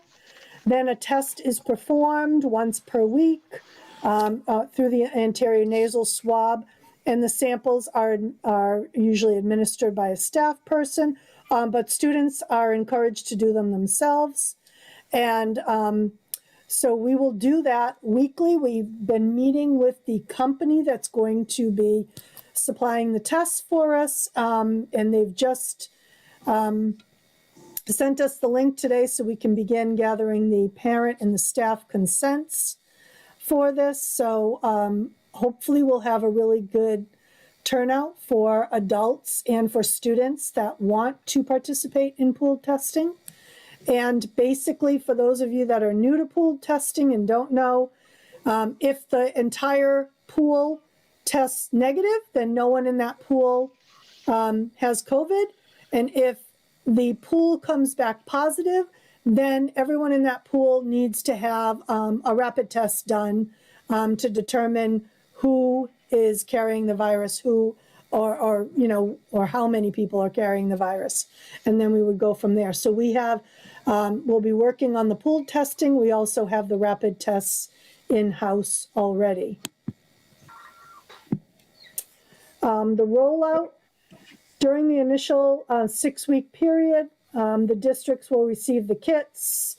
The test services will be support will be provided, and the test software will be provided at no cost. Following the initial 6-week launch, districts may continue to use the pooled testing by purchasing the tests. So what I understand from speaking with the commissioner right before school vacation is that they've had some other communities that tried to get out earlier. There were some challenges around that, and so they didn't get started before vacation. So I think that he made the statement that for any district that is starting now, they will have 6 weeks of the free trial. So I think I told you at one point that we would only have like 3 weeks left in a trial for us because other communities started before us. But those communities are just kind of getting started now this week. So the commissioner said, because there were some problems, some kinks in the beginning, that he will honor the 6-week phase-in. At that point, I think as a community, I would like to reassess with my team and with the COVID advisory team where we are, what kind of participation we have, what the COVID metrics are in the community, if it's still necessary for us to continue. I'm not saying that we won't, but I'm saying that I'd like to make a thoughtful analysis of the information at that point in time. So the process that we've undertaken, we applied to be part of pooled testing, that's already done. We met all the preconditions, that's already been done. We met with the agency, that's been done. We've set up the training to gain familiarity. We're in the process of doing that. We have some new nursing staff coming on board, securing consent from staff and students, that's this week. And then we hope to begin the weekly testing the week of March 8th. You know, they need a 5-day window to get the test supplies to us. So, and as I said, we're targeting a Tuesday during the week. And final thoughts, I just want to be clear because I've said it before. We cannot wait to see students back in our schools. That is, my leadership team and I could not be more excited to welcome students back. We have been waiting for this for a long time, and we've been working hard every day to get to this point. And so I want people in the community to know that we want students back in our schools right now. So we can't wait for it to happen. So those are my final comments, and I'm happy to take any questions around pooled testing. And if not, we can move to the resolution that's on top. I just want to say I am really excited to get kids back in school. I've seen hybrid work beautifully. I've seen it raise spirits. I've seen it get kids re-energized for a learning, and I can't wait. I think it will go far for healing Easthampton. I know some people are wishing for everything to be full in person 5 days. We just can't do that safely, but I'm going to be really happy with hybrid. I'm really happy to get kids in. Behave, everybody in Easthampton, please. I'm ready for the resolution. Yeah, if I think everybody else is. Do you want to discuss the resolution, Cindy? Or Shannon, was this the one you wanted to bring to the group? Okay, so that's what I was wondering. It didn't say, I wasn't sure which one it was.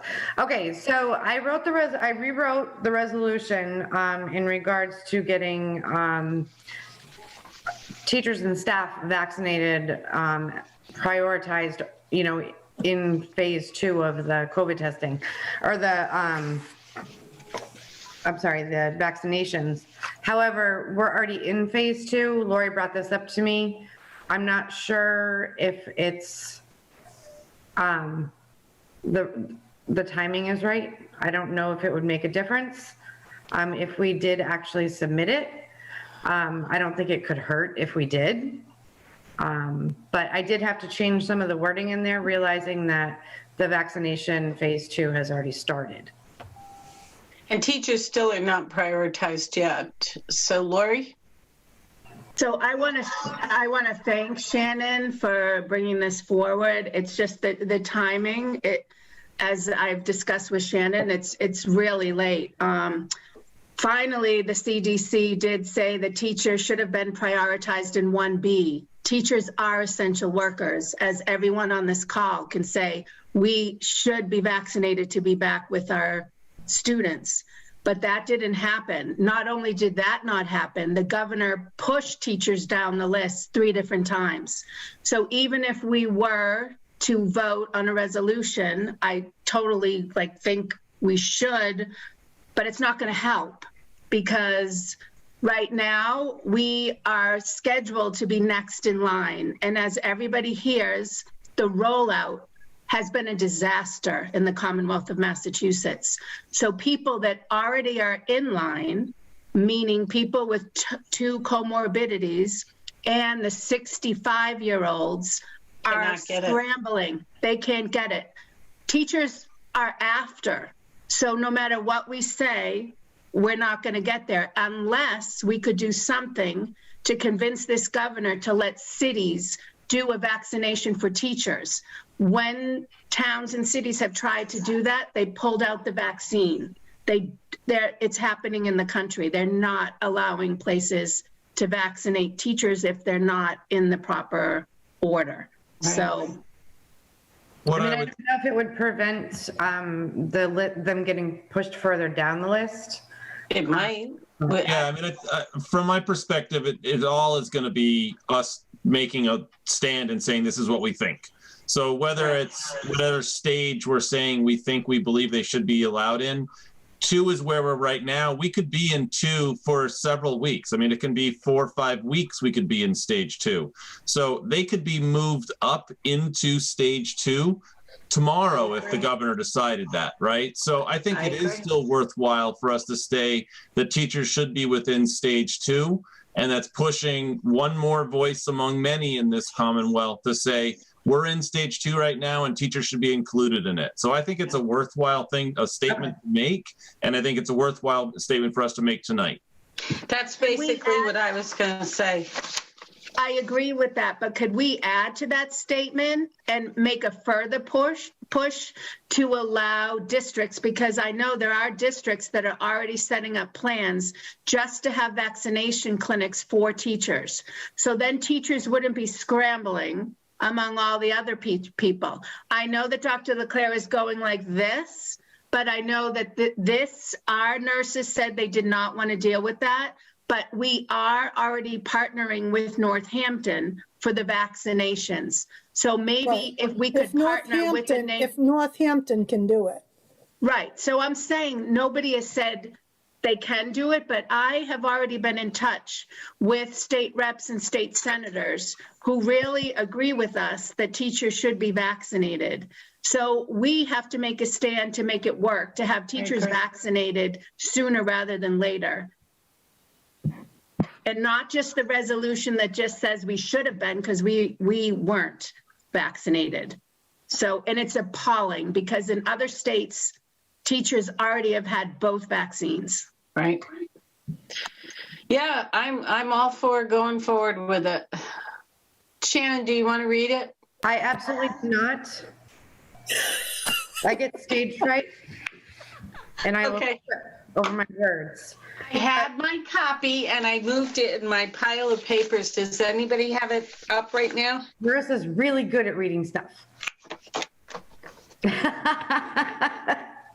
Marissa, I just noticed it says to move school personnel into group 2 of phase 2.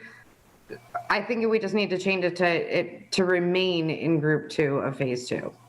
Is it in our packet? I'm scrolling for it right now. No, I emailed it separately. No, we printed it up separately.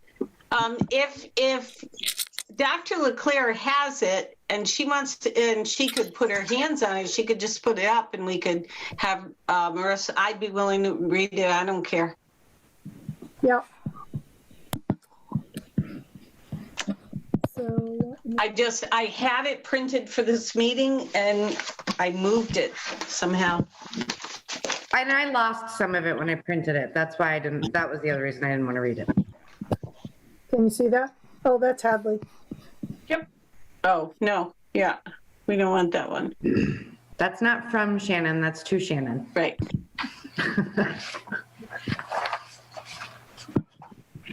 I don't know that I have it. It was from you, Shannon? I have it right here. Would you like me to read it? Sure, yes. Whereas, as of February 18th, 2021, the coronavirus COVID-19 pandemic has infected over 27.5 million individuals in the United States and has resulted in more than 489,000 deaths, which we know has gone over 500,000 across the country, including 15,373 in Massachusetts. And whereas a strong public education system, which is essential to the individual and community well-being of our society, is facing unprecedented challenges due to the coronavirus pandemic and lack of clear national, state, and local direction of resources.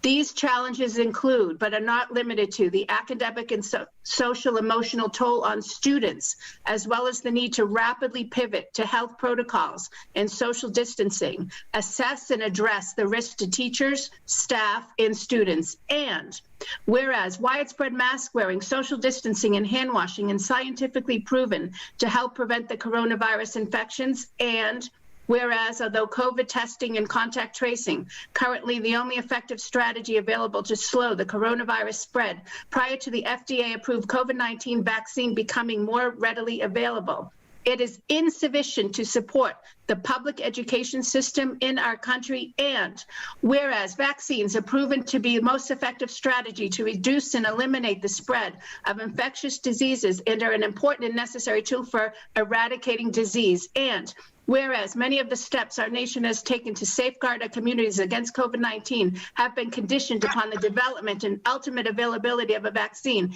And whereas initial vaccine production is not sufficient for all people to be vaccinated at the outset, a well-managed priority distribution plan must give priority to the most highly vulnerable in the community, including essential workers. And whereas work is in a wide variety of settings, healthcare, education, public employment, meatpacking, and agriculture, among others, are at increased risk of work-related exposure to SARS-CoV-2.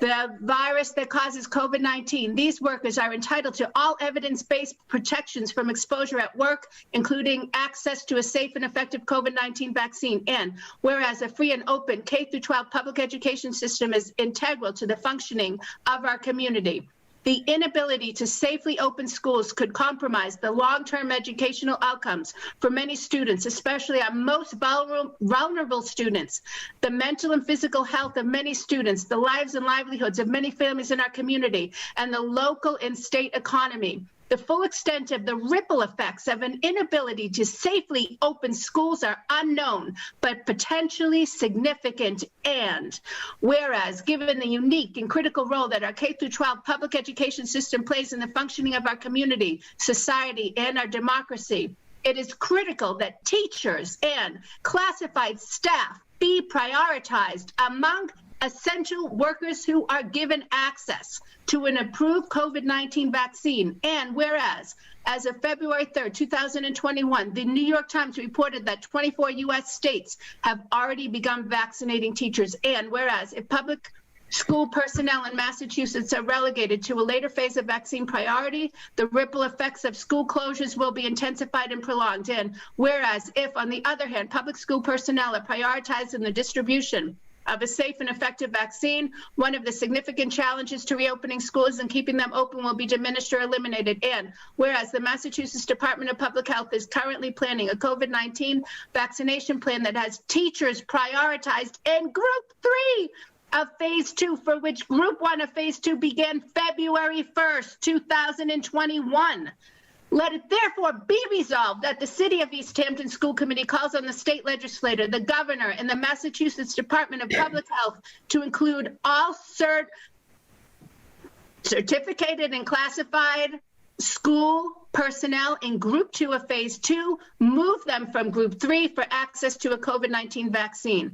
Be it further resolved that the City of Easthampton School Committee calls on the Massachusetts Association of School Committees, MASC, to publicly advocate for public school educators to be prioritized among essential workers who are given access to the COVID-19 vaccine.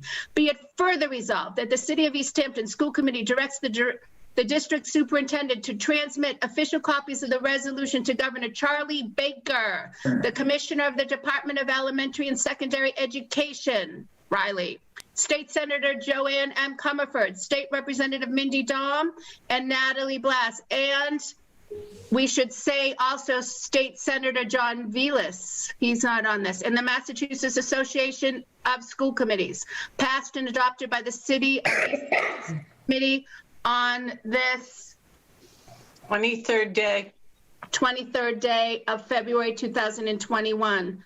Can I ask one point of clarification, if that's okay? When we say all certified and classified school personnel, can we just be clear, Dr. LeClaire, if that means teachers, paras, administration, clerical, is that including everybody with that? I just don't want to make sure we have anybody that feels that would be not included in that list. I mean, I would even put custodians. I mean, just want to make sure it includes everybody that we're saying that comes into a school, they should be on that list, right? Yes, correct. Okay. Thank you, Maren. Yes. Thank you for your passionate reading there, Lori. That was, you either had too much coffee or you were just super passionate, but it was great. I would not touch that, just so y'all know. I'm passionate, as you know, and I'm a teacher who needs to be vaccinated, so there. Any more discussion? Okay. Do we have a motion? Can I make a motion that we pass this resolution? I will second that motion. All righty. Okay, so here we go. Lori. Lori Garcia. Aye. Mayor LaChapelle. Mayor LaChapelle, aye. Jonathan. Jonathan Schmidt, aye. Shannon. Shannon Dunham, aye, and I will forward you guys just a tweaked copy of it. City can sign, and that Allison can send it out. Right. Sorry, I only had what was on my phone in the email, but I thank you, Shannon, for working hard on this. Thank you so much. That paragraph that got messed up is cut off on my paper. That's why I didn't fix it. Marissa? Marissa Carreri, aye. Maren? Maren Goldstein, aye. Thank you, Shannon, for bringing this to us. Cindy Kuzensky, aye, and yes, thank you. Great job. I think Marissa had another resolution she wanted to bring to the table, and I don't know that it's ready this evening, but we could definitely have it for the next school committee meeting. And it's about the start of the fall school year. That's right. Yeah, I don't think that we can vote on it today because I didn't get it to the group in time for the agenda, but I certainly would be glad to discuss and vote next time. Really, I was following the news about the Amherst School District, which their school committee passed a resolution that indicated the kind of the will and the intention of the school committee to see a full in-person 5-day-a-week full school day opening for the fall of 2021 with acknowledgement of the fact that families are having to make decisions about how they're going to manage childcare and education next year. And so I think it is worthwhile for our committee to have a conversation along those lines and try to do our best to signal intentions to the community about what we foresee and expect for the fall. And just to add one more piece of context, one of the things that Amherst was discussing is that they recognized that their budget will not allow them to offer simultaneously a full-time remote option and a full-time in-person option. And so I think it's useful for us to also kind of have that in mind as we are anticipating plans for next year, that we're going to have to make decisions about what we're prioritizing. Of course, unknown field ahead, but given the direction we're seeing and the importance of really signaling to our community so that way people can, we can offer them good faith opportunity to make choices about how they're going to handle their year next year. And hopefully instill faith that we can offer a full-time in-person program. I think we can put it on the next agenda, and even if we just talk about it and start to do some sort of working vision, we can begin that work. Okay. Now, would that be like a work session kind of thing, or is that something that we would do during the meeting? I think the way I see it is a tricky thing to really push. I totally hope that we are 100% 5-day everybody back in school in the fall. I think it's part of a discussion to talk about, I think it's just, we shouldn't be discussing it now. And if we get very far doing it, I think it's pretty easy for us to push it forward. I don't think it'll take long.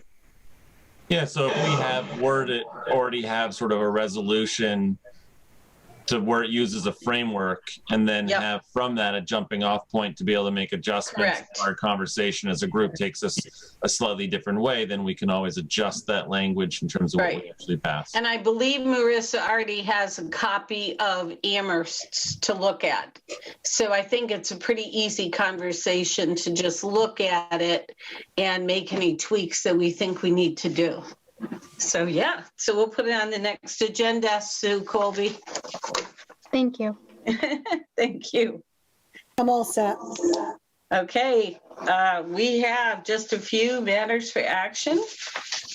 Okay, motion to approve school payroll dated 2/11/2021 in the amount of $526,533.94. We need a second. I'd like to second that. Sorry, I was muted. Okay, thank you, Lori.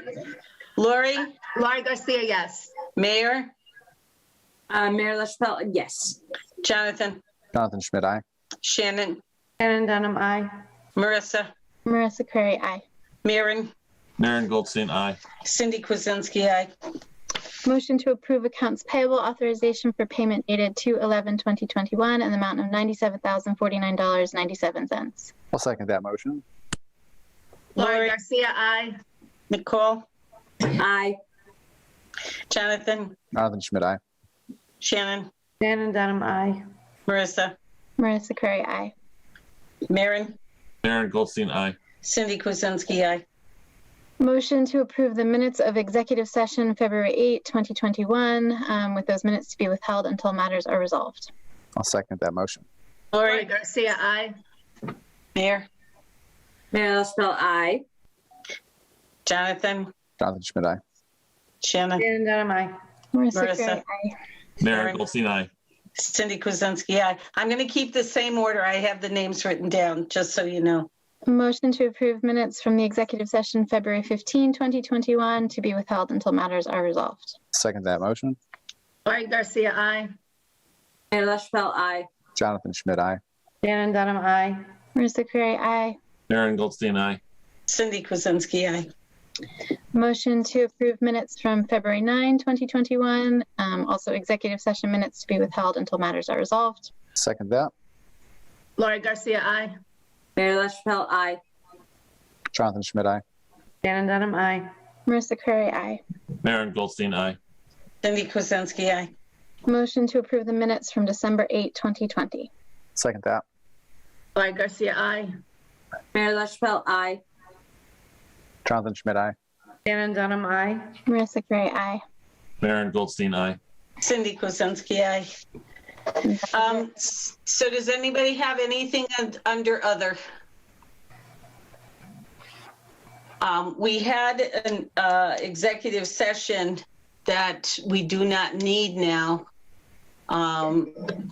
So you don't have to, you mean you don't want to stay on till 11 or 11:30? No. Ah, I'll miss you all. So yeah, if there's no other, and we don't need the executive session, do we have a motion to adjourn? I move to adjourn. I second. All right, here we go. Lori Garcia, buenas noches. Mayor LaChapelle, yes. Jonathan Schmidt, aye. Shannon Dunham, aye. Marissa Curry, aye. Maren Goldstein, aye. Good night. Cindy Kuzensky, aye. Have a wonderful night, and thank you everybody who came. Thank you. Well, Have a good night. Be well and be safe.